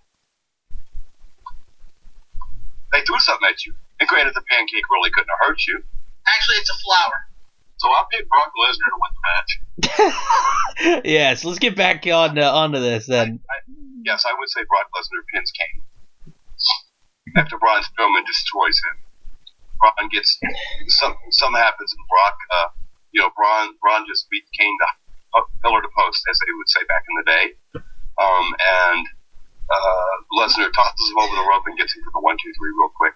Skedaddled with his title. I'm going to go on a different route there because wishful thinking here, I think it would be better for the future if Braun Strowman won here and went all the way through Mania with the belt. So I'm going Strowman. Yeah. I think Brock Lesnar has to be the guy that drops it to Roman Reigns, though. Don't you? Well, see, I don't want that matchup. I hate the fact. Did we have that shit twice already and it didn't work? Okay. I want John Cena versus Brock Lesnar at WrestleMania. Cena doesn't need another WWE World title, that combo belt they got now. That's the WWE World Championship, the old WWF and ECW belt. But for him to beat Brock Lesnar at WrestleMania for the Universal title to get his 17th championship, okay, would be historic. And second of all, he never has gotten his ass whooping from SummerSlam when we were introduced to Suplex City back. So he finally conquers the one man he could not conquer. He conquers at WrestleMania. And I think that's a great storyline. And I think that's the match we get at Mania. And I think that if WWE is smart, they'll realize that Roman Reigns' upside isn't as upside as they think right now. And that doing that is going to put more asses in seats because people will want to see John Cena get that 17th title. Makes sense to me. And also, it gives a little clout to that Universal belt because people see John Cena's name on that list and they're like, oh, okay, yeah, John Cena, one of the most decorated men in the history of wrestling. He's held the Universal title. That title must mean something. Then if he went after it, and it would be. I just want to say that I feel like nobody wants to see Roman Reigns in a Universal title match, but it's happening. Come on. No, I think you get Reigns and Miz for the IC belt. No, it's going to be Braun Strowman and Miz. Mark my words. Well, they keep talking. That's the rumors going around. It's going to be Strowman and Miz. Personally, like I said, I want to pick Strowman here mainly because if it comes down to it, I think that how Boobs is talking about the John Cena thing or whatever, I think that Cena versus Strowman at Mania and Strowman going over Cena solidifies him on this roster for the next decade as the biggest, strongest, toughest dude out there because he beat Lesnar, he beat Kane, and then he went and beat the WWE's Golden Boy. And he almost killed Kane and Lesnar. So, it worked out well for Randy Orton last year when he committed arson.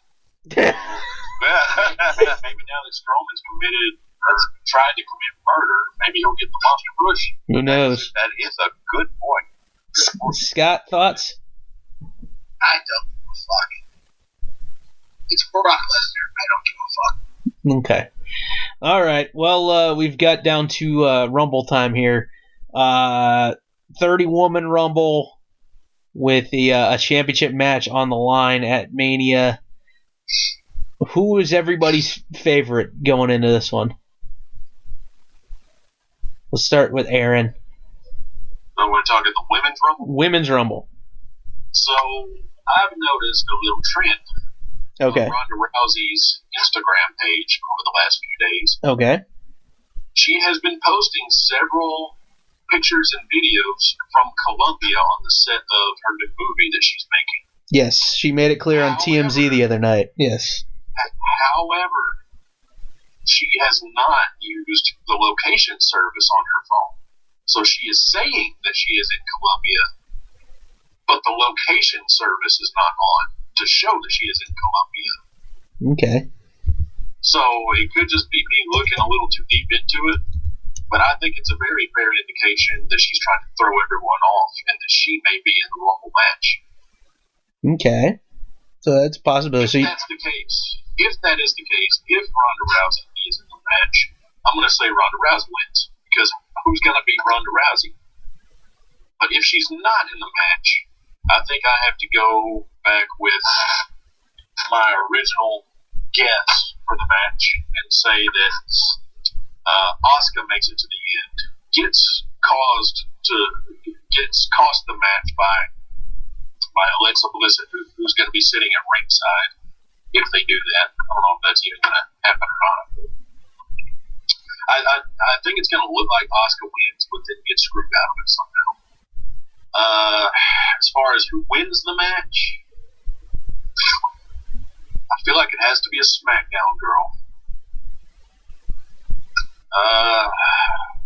But who wins it? Becky Lynch? I don't know. I think just for the sake of picking someone, I got to go with Becky Lynch. Okay. Boobs? I feel like it's going to be more about Asuka and Alexa Bliss in the setup. All right, there, Boobs. Your thoughts? Well, my thoughts are if Ronda Rousey wins, then we know pro wrestling's fixed. So you don't think she can come in and whoop everybody's ass in the match? I don't want Ronda Rousey anywhere near the match. I want her to have been telling the truth, and all the smarts out there that think she's trolling them to be wrong. That's what I want. Okay, that's what I want. I want her to make her debut on the Rumble after the Rumble. I know is ready for Asuka, except Nia Jax. But I got a feeling it's Stephanie's at ringside calling. I can see Stephanie interjecting herself. God, yeah. As soon as I heard that was my thought process too. I could see Stephanie getting involved here in some way, shape, or form. And I could see Stephanie, if Ronda Rousey does get involved, right, and Asuka's in there at the end, it would be kind of like really because of the thing that happened at Mania, and Mania, 31 there, where Stephanie and Ronda had their little comeuppance there with each other. Mm-hmm.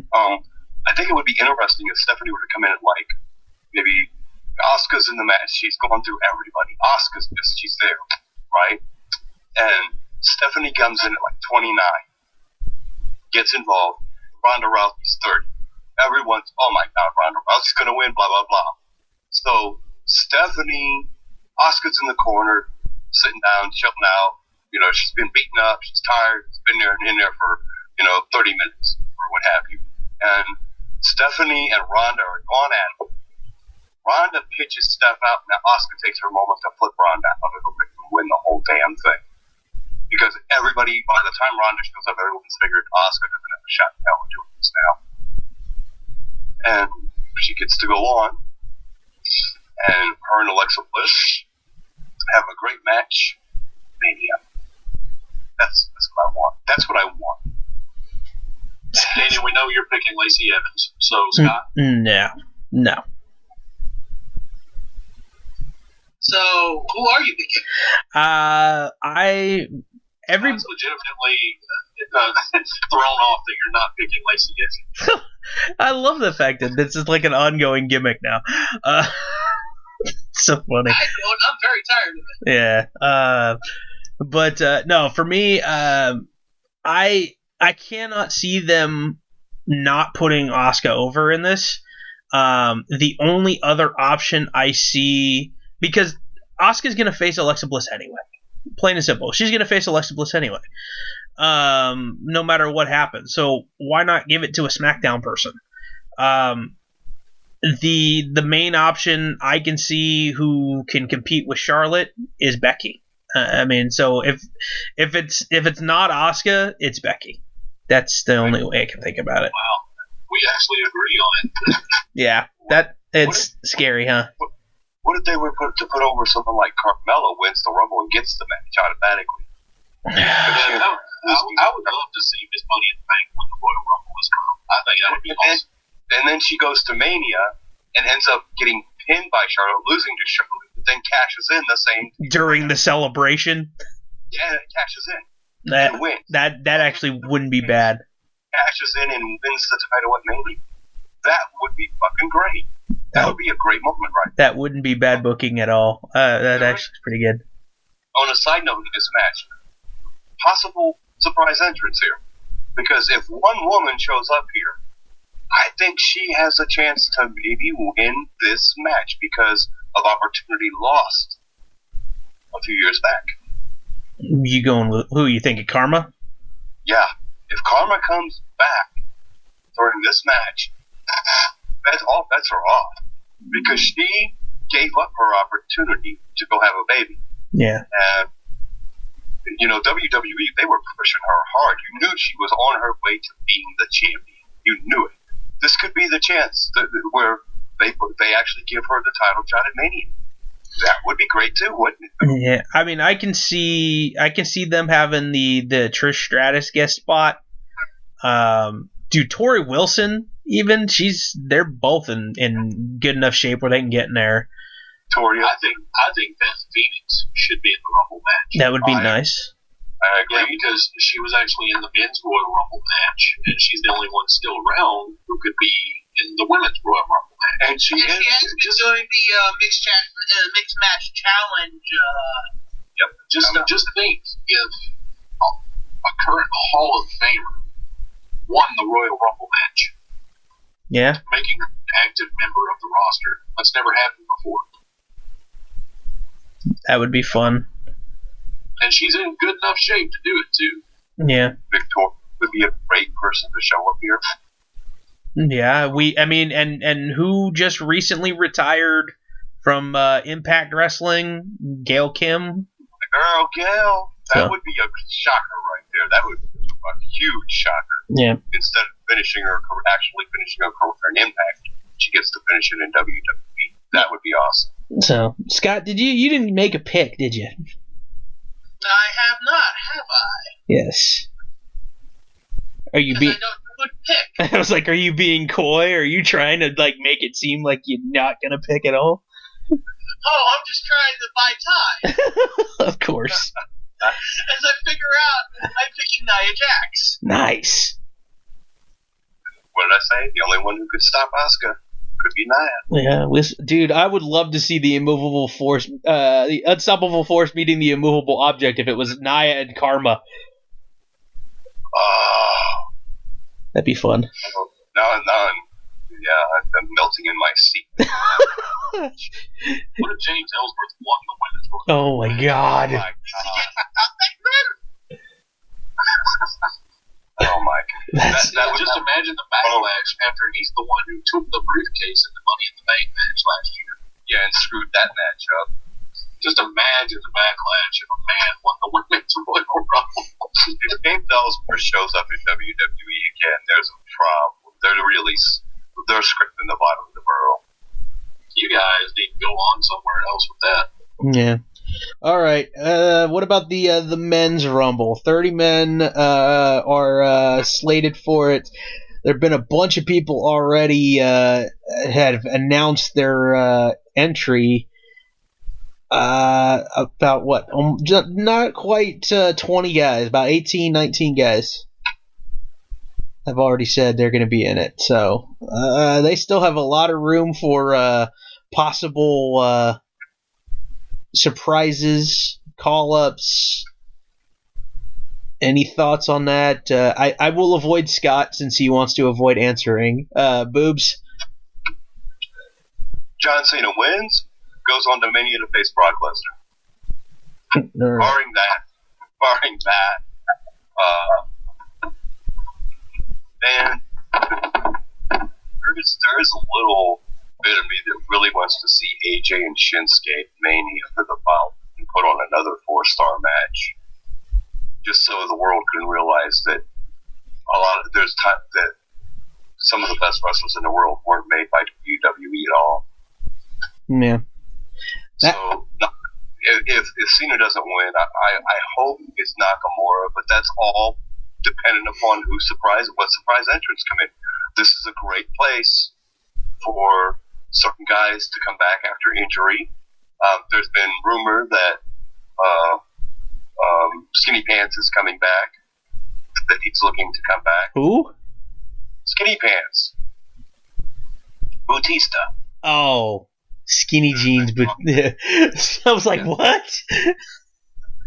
There's been talk that he's been thinking about coming back.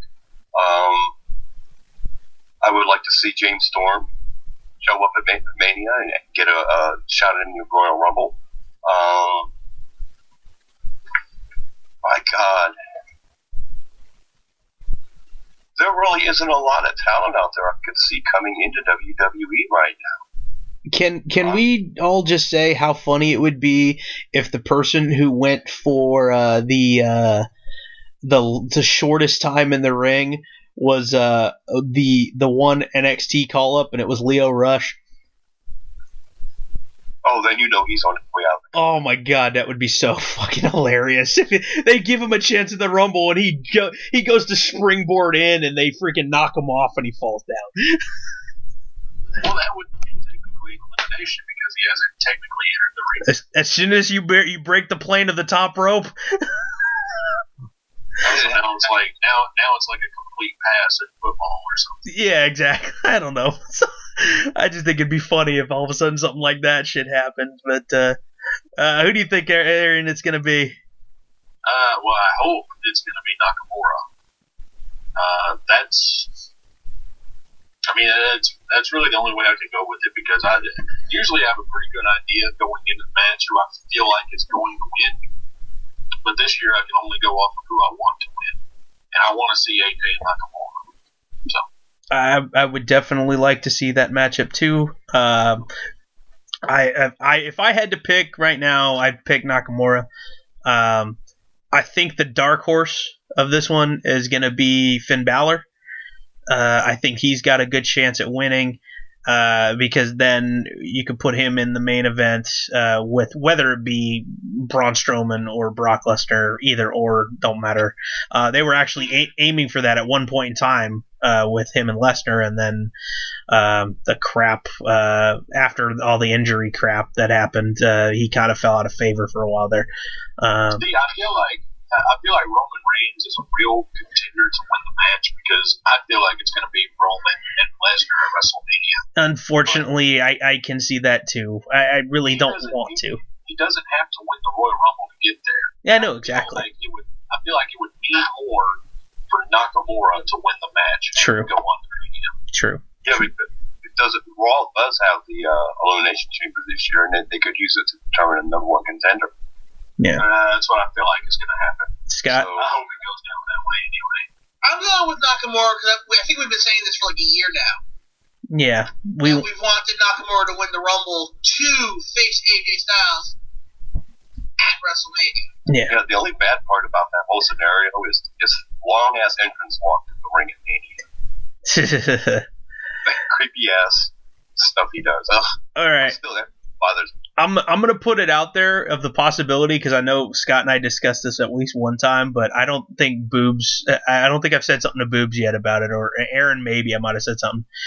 What if this happens, because it's never happened before, is if two guys are in the ring with one number to go, and both guys somehow go out at the same time, and number 30 walks out, and it's The Miz, and he gets into the ring and is declared the winner.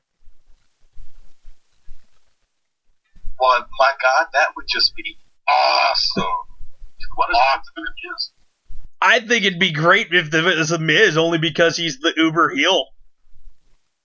I feel like it would be kind of anticlimactic, because if it is, like, if The Miz, you know he's in the match, and if he's not out by number 30, you know who he is. And so it's like there's not a big moment when he gets that final elimination. It's almost like War Games having the I surrender instead of the 3 count. It's like anticlimactic to me. I mean, I get the concept, and I think the concept is pretty cool, but it's just, you got to have that moment. So if it was somebody who wasn't announced, like say it was Batista, say it was 30 was Batista, we didn't know. No. I mean, how much heat would he get, dude? Again, yes. But this time you'd expect it. I think even getting Roman Reigns over, giving Roman Reigns the win. After what happened, I mean, I know he didn't win in this past year, but for him to be in one match, lose one match, and come in at number 30, dude, that place, dude, they booed the shit out of Roman Reigns. and rightfully so. I freaking hate Rusev it. was more over than he was. Yeah. I still love watching the reaction videos from that. And my hunch. Some reaction videos when Batista won. There's one guy losing his shit, ripping up the Batista DVD and all that. It was hilarious. And my hunch is. I have a new appreciation now for Batista, and personally, I would love to see him in the Rumble match. If he wins, if he would win the Rumble match, there would be wrestling fans who actually, I think they would pull out guns and shoot themselves. I think they would be that distraught about it. They would just kill themselves and be done with it. Well, then they're fucking idiots. Yeah, exactly. But I think that the response to him or Roman winning the Royal Rumble would be overwhelmingly negative. Roman, especially since this is the same building that he won it the first time. And honestly, he doesn't need a Rumble match under it. He doesn't need to win the Royal Rumble. No, but he's a big jacked up guy, and Vince is in love with him. So. And here's another thought. What if Seth comes out and ends up winning? That would be fun. See, my hope is if they're going to put other people in this match, I've said it before, I want Jason Jordan to eliminate Roman Reigns, a la Maven and The Undertaker. I would love that. And people would love him. And also, too, I got to say, Ty Dillinger should be number 11 this year. Just saying. Everybody expects it, and then it doesn't happen, and everybody gets all pissed, and all of a sudden Ty Dillinger. Number 11. Yeah, number 11. So. EC3 should come out as number 4. That'd be funny. EC3 coming out at any point is going to make it a good job. Who do you think is going to be the first one in? For the first two, 1 and 2. Who do you think is going to be 1 and 2? Rhino. Heath Slater and Rhino. You know, numbers 1 and 2 are always people who have some sort of history or something going on. Heath Slater and Rhino would be fun, especially after their confrontation this past Monday.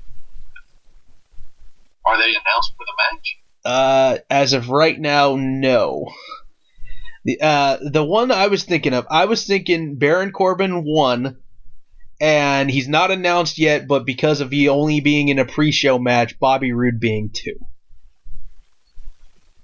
Because of the entrance. Everybody gets to sing along. So. Yeah, that's another thing. Usually someone with a big entrance is 1 or 2. I don't know. I kind of feel like something I would like to see is Elias and Chris Jericho, number 1 and 2. Oh, that'd be fun. Chris Jericho as a special guest entrant at 2. Yeah, again, because he's done that before. Yeah. I would like to see Elias go pretty deep into the Rumble then if he starts as number one. Yes. Yeah. I would love that. I could definitely see Elias getting the Rick Martel spot in the Rumble where he lasts longer than anyone else. It's the Diesel spot where they eliminate several people and are in there by themselves. Yeah. I love. Hopefully that doesn't happen because that means that what's his name gets eliminated. Yeah. Well, if like Daniel said, Oney Larkin gets involved, why don't he have that moment? Oney Larkin. Yeah, I meant Lars. I said Lars Sullivan. Lars Sullivan, yeah. That'd be kind of awesome if Oney Larkin went in there and destroyed people. Yeah, let Lars Sullivan have that, and then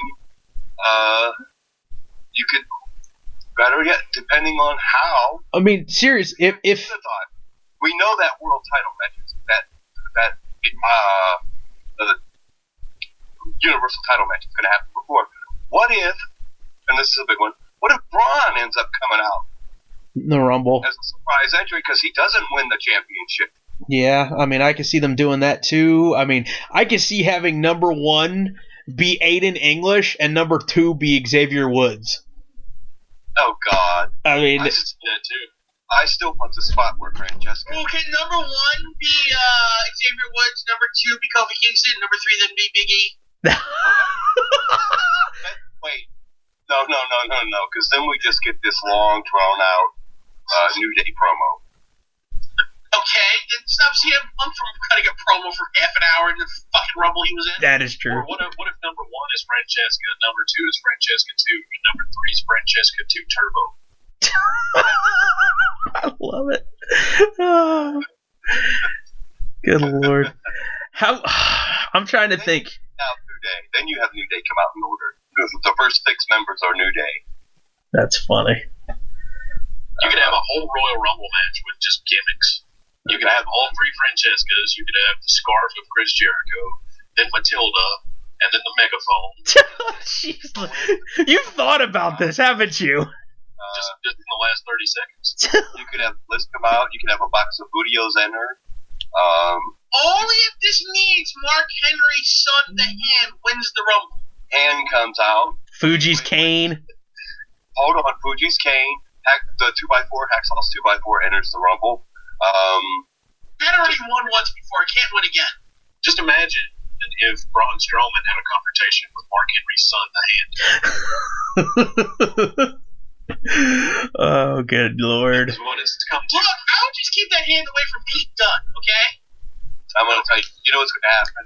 That's We're going to find out that all along the Hand was a work and the actual illegitimate child of Mark Henry and Mae Young's name is Braun Strowman. You say keep it away from Pete Dunne. I'm thinking ahead to Raw 30th anniversary when by this time Marty Scurll is with the company. What if, because of the 30-year history of Monday Night Raw, Marty Scurll has the confrontation with the all-grown-up Hand of Mark Henry? What if Marty Scurll and Pete Dunne both have it, and they just both break as many fingers as they can? I can see it in my head. The Hand is like cowering in a corner because he sees Marty Scurll walking down the hallway. Oh my and he's God. like, please don't see me, please don't see me, please don't see me. That's And you just get a close up of Skrull's face when he stops, and he slowly looks towards the camera with his eyes bugging out. oh my God, dude. That's a horror film right there. Dude, you mentioned Pete Dunne, dude. I would love to see Pete Dunne in this thing, or Tyler Bate. I was thinking, I love everyone's favorite underdog, Wolfgang. Yeah, Or what about Rockstar Spud? I would love that, dude. I want to see Spud on WWE TV, man. there's a Neville makes his return in Yeah. the Rumble match. Yeah. What about a returning Bobby Lashley to the Royal Rumble match? That would be interesting. I probably would mark out for that. I won't lie. I've become a Bobby Lashley fan in the last 2 or 3 years. He's He really is known for Impact, right? Yes. Oh, yeah. No, he has become a very talented wrestler. If WWE pulled back, waited a few years, they could have had this guy the whole time. And, here's the sad thing. There's only one Impact original, TNA original left in Impact. And he's not even, he left the company and came back. Abyss. Well, I don't count Abyss as anyone's original. Abyss is You really Abyss. should. I mean, well, Abyss was working ROH shows as part of the embassy when he was early on in ROH.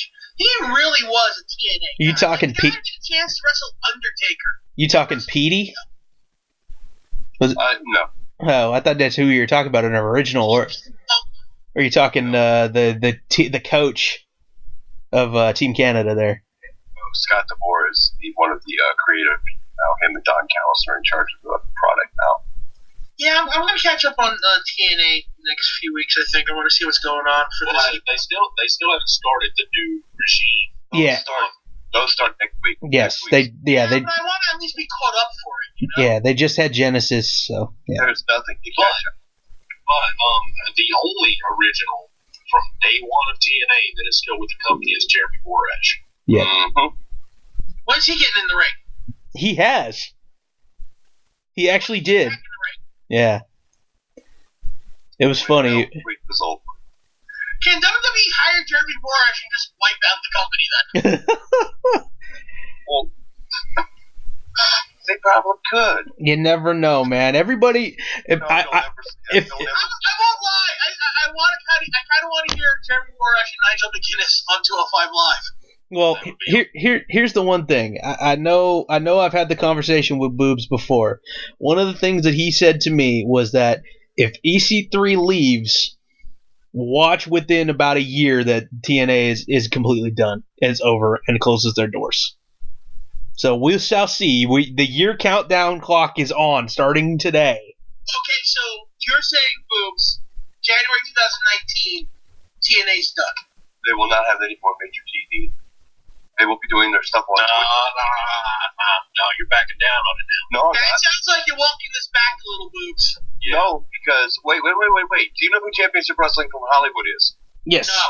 Not a lot of people do. I do, and I know they do a great product. Do you know who ROH is, right? You talking about the NWA Championship Wrestling from Hollywood? They're not affiliated with NWA anymore. Championship Wrestling from Hollywood, and they actually have like 4 promotions that work together now, including Future Stars of Wrestling. Are you talking about the promotion that was affiliated with the NWA? Correct. Yes. They're the reason I said NWA is dead. Just throwing that out there. Well, you evidently haven't got Fight TV yet, and been watching the product because they're doing some pretty good stuff. No, I don't want to watch wrestling from a hotel lobby. I'm sorry. Just from a hotel lobby. Hey, man, that's where ROH was wrestling at one point. I literally went to a hotel to watch them wrestle. I've seen plenty of indie shows in big old lobbies like that too. So. And wait, wasn't one of the greatest promotions of all time run out of a bingo hall in Philadelphia, Pennsylvania? That is true. The Sportatorium sat about less than 1,000 people and was one of the great. If you ever watched WCCW, you will have seen some great classic old school wrestling. The NXT was just at the front row, the center stage, which probably seats less than 500, 600 people. I don't care. I don't want to watch championship wrestling from Hollywood because I don't like it. But you haven't been watching it, so you wouldn't know what's going on there. Because I didn't like it when I watched it. And you know what? When Watts shows up in WWE, and I know who Watts is. Everybody knows who Watts is because he was on Tough Enough. Okay, when the Rancheros show up, when Championship Wrestling from Hollywood has produced guys like Brian Cage, Eli Drake. Okay, these guys have been there. Our buddy, our friend, the tall man Kevin Cross has worked at Championship Wrestling Hollywood. It's not the same. Can we not say our friend because he's not my friend? I've never spoken to the guy. I don't know who this guy is for the most part. He's your PW247 affiliate, not Gorilla Blood. You know who he is. You have seen him. Shit. I've never talked to the man, so stop saying our friend. I am not affiliated with this man officially. Anyway. Okay. Look, Harry, all I'm saying is I didn't like it when I watched it before, so I don't want to watch it again. Okay. Well, fine. Getting away from it a little bit here, so I do. I mean, I remember that conversation, Harry, about TNA.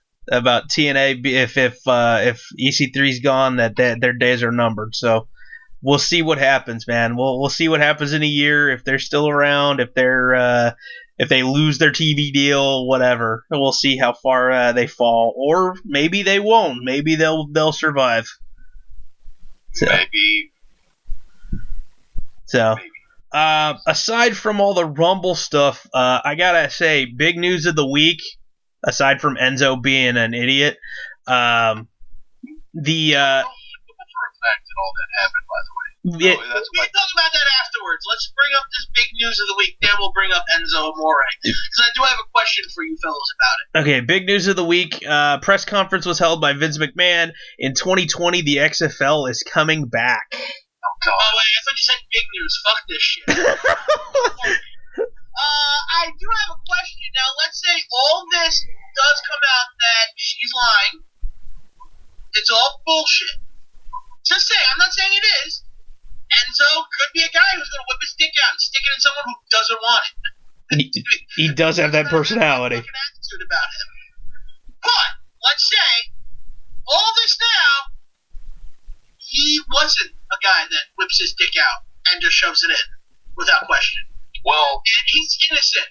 Does the WWE bring him back? I think he made a mistake by not letting them know about the situation. Agreed. I mean, if he was up front, he could have been suspended, waited it out, seen what happened, come back. Everyone's not going to give a shit. I think they were looking for a reason to fire him.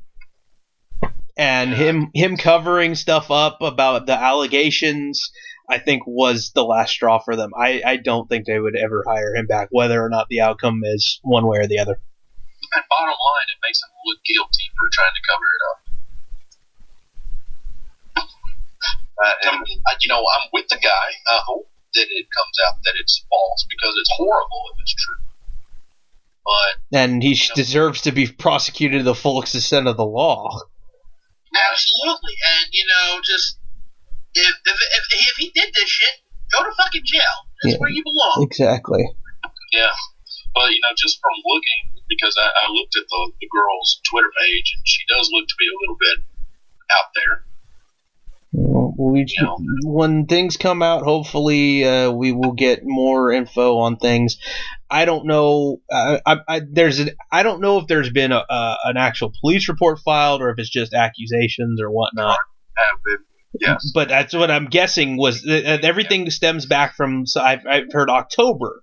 So I don't know if that was something that she filed charges against him specifically and he's keeping that quiet, or if it was one of those things where she's been alleging it and since October and he's kind of keeping it on the down low. No, it sounds like the cops have been involved. This has been a legitimate investigation. He just stupidly didn't say shit. Okay. Right. And he is the moneymaker for the company, but, fuck it. It's going to be this stupid. Yeah. Well, and we've seen in recent months here the incident with Rich Swann and his wife, who is an indie wrestler herself. This also came out this week. Breaking news came out this week. All charges have been dropped against Rich Swann. So we'll see if they bring him back now after a suspension. I think they should still. Well, he's only been suspended though. Yes. Right. So he can get shit canned. Like literally, we suspended Enzo. Fuck him, he's fired. That's exactly what happened there. He was shit canned. It's not like we'll bring you back in 6 months if you're cleared. It's no, fuck you, get the fuck out. Yeah, and in Swan's situation, it seems more like a domestic dispute.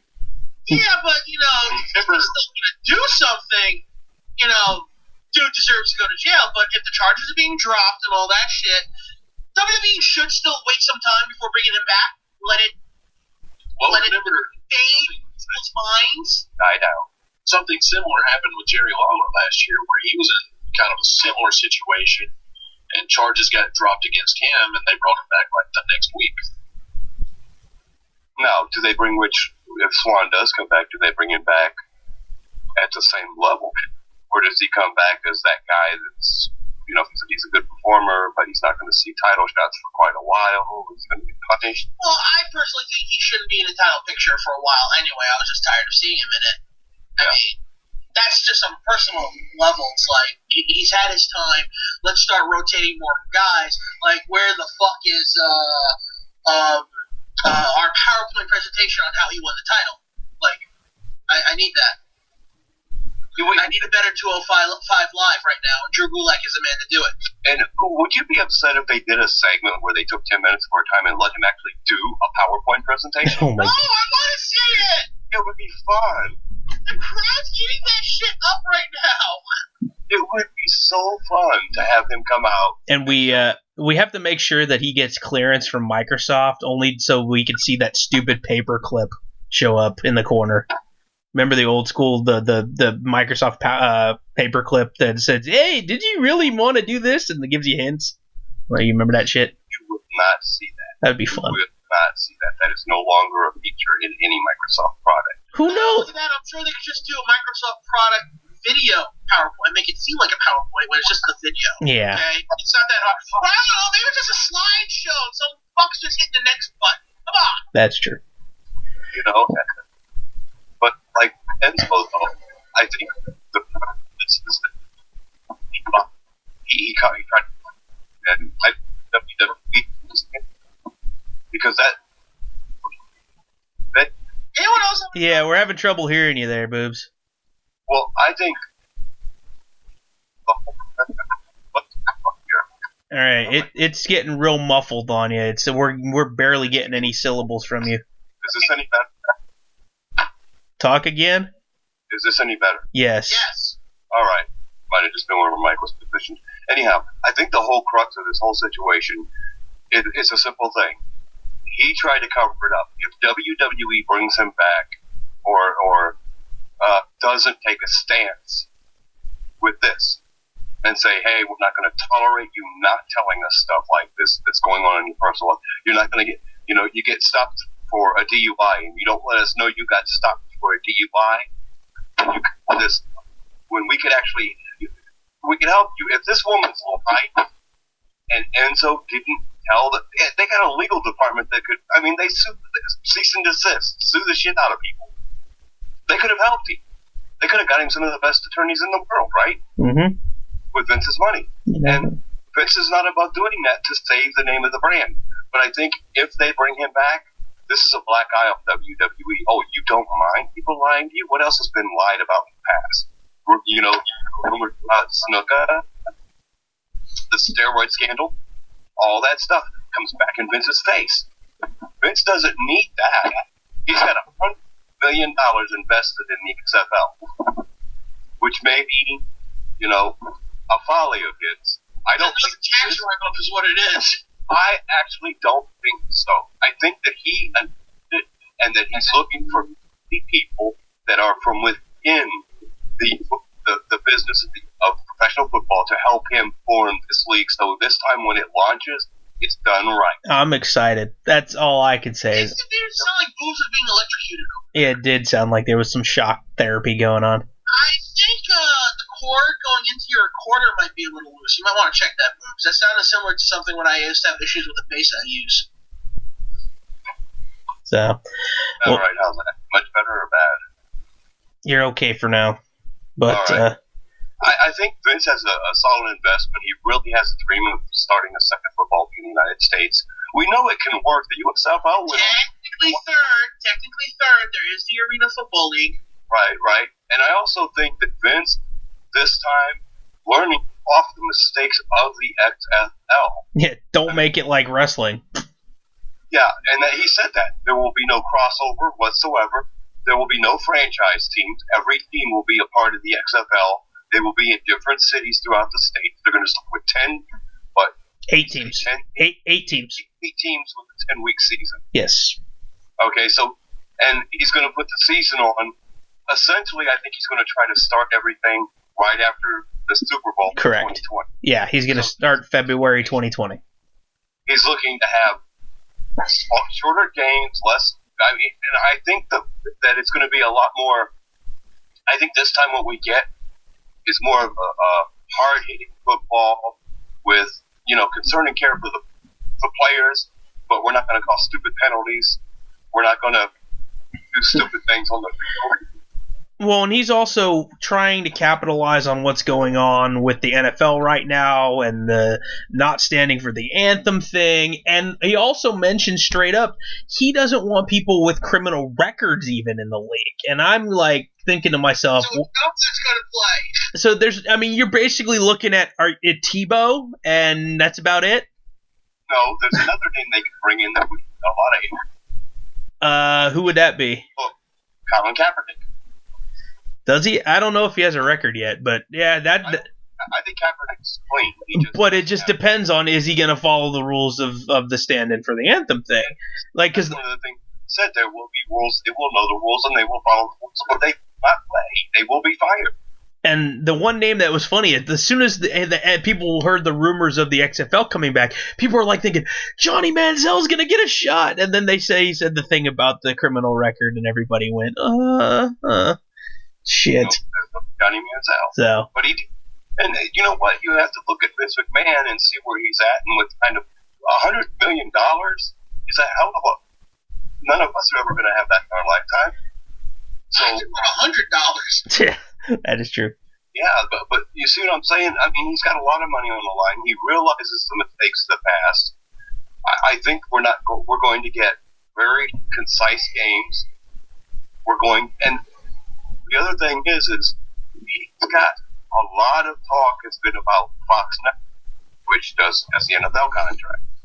Well, you can get a deal with Fox, and in that deal is like, okay, you give me 2 hours on Sundays after the NFL. You give me 2 hours for 2 years. Give me 2 hours, and let me put on my XFL games, and let's see how it goes for a couple of years. And if we go beyond that, then we get an extension on the contract. Well, he's also. I will also bring to your channel, your FX network. I will give you Monday Night Raw. Well, here's the thing. He's coming at the right time, because it doesn't matter if he gets on an alphabet network or a cable network. The right time is now, because Hulu and Netflix are doing original programming, and they're also testing out live television markets as well. So there's a possibility there for him. Lucha Underground got on Netflix. So there's a possibility that the XFL could be something like that. We saw some stuff with the NFL this year working with Twitter. We got WWE working with Facebook Live right now. So there's plenty of outfits for him. There's a lot of potential, and I think the XFL could be seen by a lot of people as refreshing over what the NFL has been putting out. The NFL's ratings for the year are way down. There's been so many no sellouts, which is unusual. How many people, Daniel, using your father as an example, have boycotted stuff because of what's happened? Yeah, my dad, they wound up. My parents have season tickets, and he was basically hell bent on not going to any games, but being in a partnership with a wife, he went to a few of the games to make my mom happy. But they wound up not going to every game this year. They sold off at least, I want to say, 2 if not 3 tickets. Plus, my dad didn't watch football all year at home, so. And I think the ratings of the Super Bowl aren't going to be what they expect this year. I think they're going to be down. I think my Browns finished 0-16. Yay. They had a perfect season. I didn't watch one game because I refused. I am not going to subject myself when I want to sit there for 4 hours out of a day, 3 hours out of a week, and get lost in something that has nothing to do with anything else that's going on in the real world, right?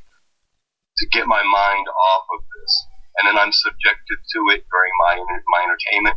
No, I appreciate WWE for not allowing that to happen in their rings. In some senses, sometimes they will bring a couple of things in there. So, once in a blue moon. We know that at WWE events, before they go live on air, they do the national anthem. We know. They not always the anthem. They usually do God Bless America or something like that. Or whatever, something close to it. They honor America somehow. Yeah, but when we were in Dallas, there were 101,000 1,073 people standing for that presentation. Nobody backs down from it. It's like, and these are foreigners. And one of the things I noticed during the year was a lot of fans of other sports that are not American sports were showing how when American teams like hockey teams go to Canada and something goes wrong, that the Canadians actually sing our anthem out of respect. And that's important, I think. And a lot of people don't understand that song, those words, aren't about racism. They aren't about anything other than being prideful of your nation. Nope. No. Because, like it or not, the United States of America has saved the world's ass on more than one occasion. Yep. If it weren't for the United States of America, Russia would still be communist. Germany would not be united. A lot of things would not have happened. And yes, we do bad. We do a lot of evil too. We do a lot of harm and a lot of bad. However, we forget that in the past, that the history of this world for the 19th and 20th centuries was pretty much the United States saving everyone's ass over and over again when we didn't want to. We didn't want to get involved. The people wanted to stay out. We wanted to,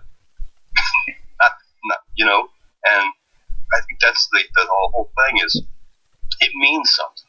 Yeah, well, Vince is definitely trying to capitalize on it, man, and we'll see what happens here. We got a good 2 years still before it comes to be. So I hope he succeeds. Yeah, I do too. I want him to succeed. I'm excited for something else, and I like the first one. I was one of the diehard fans of the first XFL, so I know some people weren't. I don't. Scott, did you watch any of the original? I used to have some XFL T-shirts. Nice. Dude, I gotta say, they had a good graphics team, dude. Those logos were badass. Yeah, well, the team wasn't. It was the Hitmen, remember? Yeah, the New York, New Jersey Hitmen. Yeah. God, they were horrible.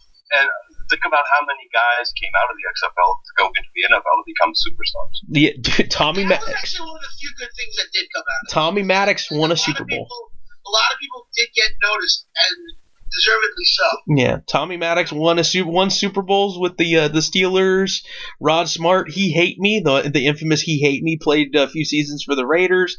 Jose Cortez got a few years kicking with the 49ers. So yeah, there's a few guys who end up getting a chance in the NFL because of it. So I mean, who knows? Maybe this is something that you get the arena guys getting their chance. You got guys who had to leave the NFL because they couldn't make a team and went up to Canada, come back down to the States and get their chance to play again. Mm-hmm. And then you get the NFL should get behind them and look at it like a feeder league. Yeah, it could be. It's like a minor league system or something. Who knows? If Vince makes that partnership, who knows?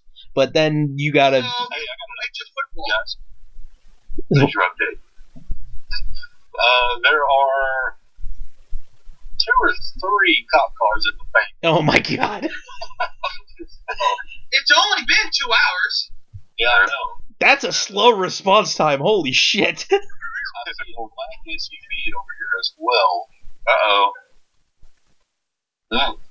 That's crazy. Oh well. Maybe it was the alarm at the bank. I don't know. Shoot. Well, hopefully. I can't really tell what's going on out here. But you know what? I think I might step outside. Oh goodness I think gracious. they're going to be coming to look at Aaron security cameras. Yeah, that's a possibility there too. Shit, man. Well, they're out of luck because I don't know how to work those things. All right. Let's step outside. Oh gosh.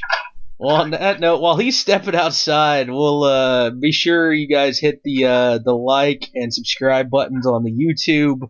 Add up Gorilla Blood Radio on the Instagram. Scott NDX, Boobs 247, the Aaron Kendrick, and me, D Korea 247, all on Instagram as well. Yeah, buy some of Scott's art or commission him to do something. Yay art. Yeah, buy some stuff. I need to lighten people to know.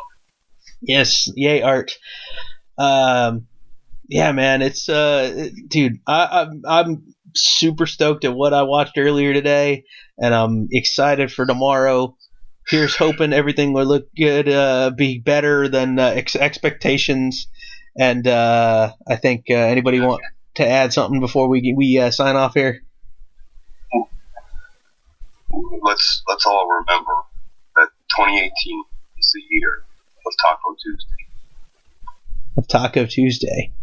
Taco Tuesday, Pizza Wednesday, Friday meatloaf. Oh Bring gosh. back Friday meatloaf. You know, you could have completely ended the show before that happened. Yeah, you really could have, but we're waiting on Aaron to get some news. Well, and it sounded like he is he back? Aaron, are you back? No, Yeah, I'm here. All right. So what happened? Well, there are 4 police vehicles that I can see, black SUV, and they are all outside walking around the premises of the bank.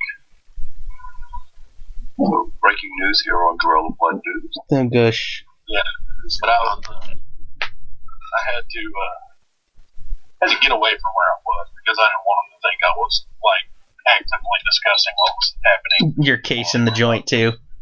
Or looking like a possible perpetrator. Yeah, suspect. Doesn't help that I'm wearing all black right now. So That's true. So. If it doesn't fit, you must acquit. Oh, good gracious. All right. This is a recording of you, you know, We can verify your reaching your chair. Wait. He has had an intermittent internet connection. No, I don't know. well, the problem with the proof being on this show is that no one listens to it. Yeah. Well, you can force the cops to listen. Like, look, man, I was doing an internet radio broadcast. Shoot. Yeah. All right. Well, for Scott, for Boobs, for Aaron, I'm Daniel. This has been Gorilla Blood. Hopefully, like I said, Royal Rumble is a good one because Takeover was fucking awesome. And on that note, we will see you next week. And again, I don't understand why every time I'm saying goodbye, I salute nobody. I literally do it every time, and I can't stop doing it. It's just habit. No, none of us would have known that if you didn't say it. I know. It's so stupid. I don't know why I do it. But we will see you or talk to you guys next week, or maybe not. Whatever. Yeah. All right. Night, guys. Gorilla Blood Radio.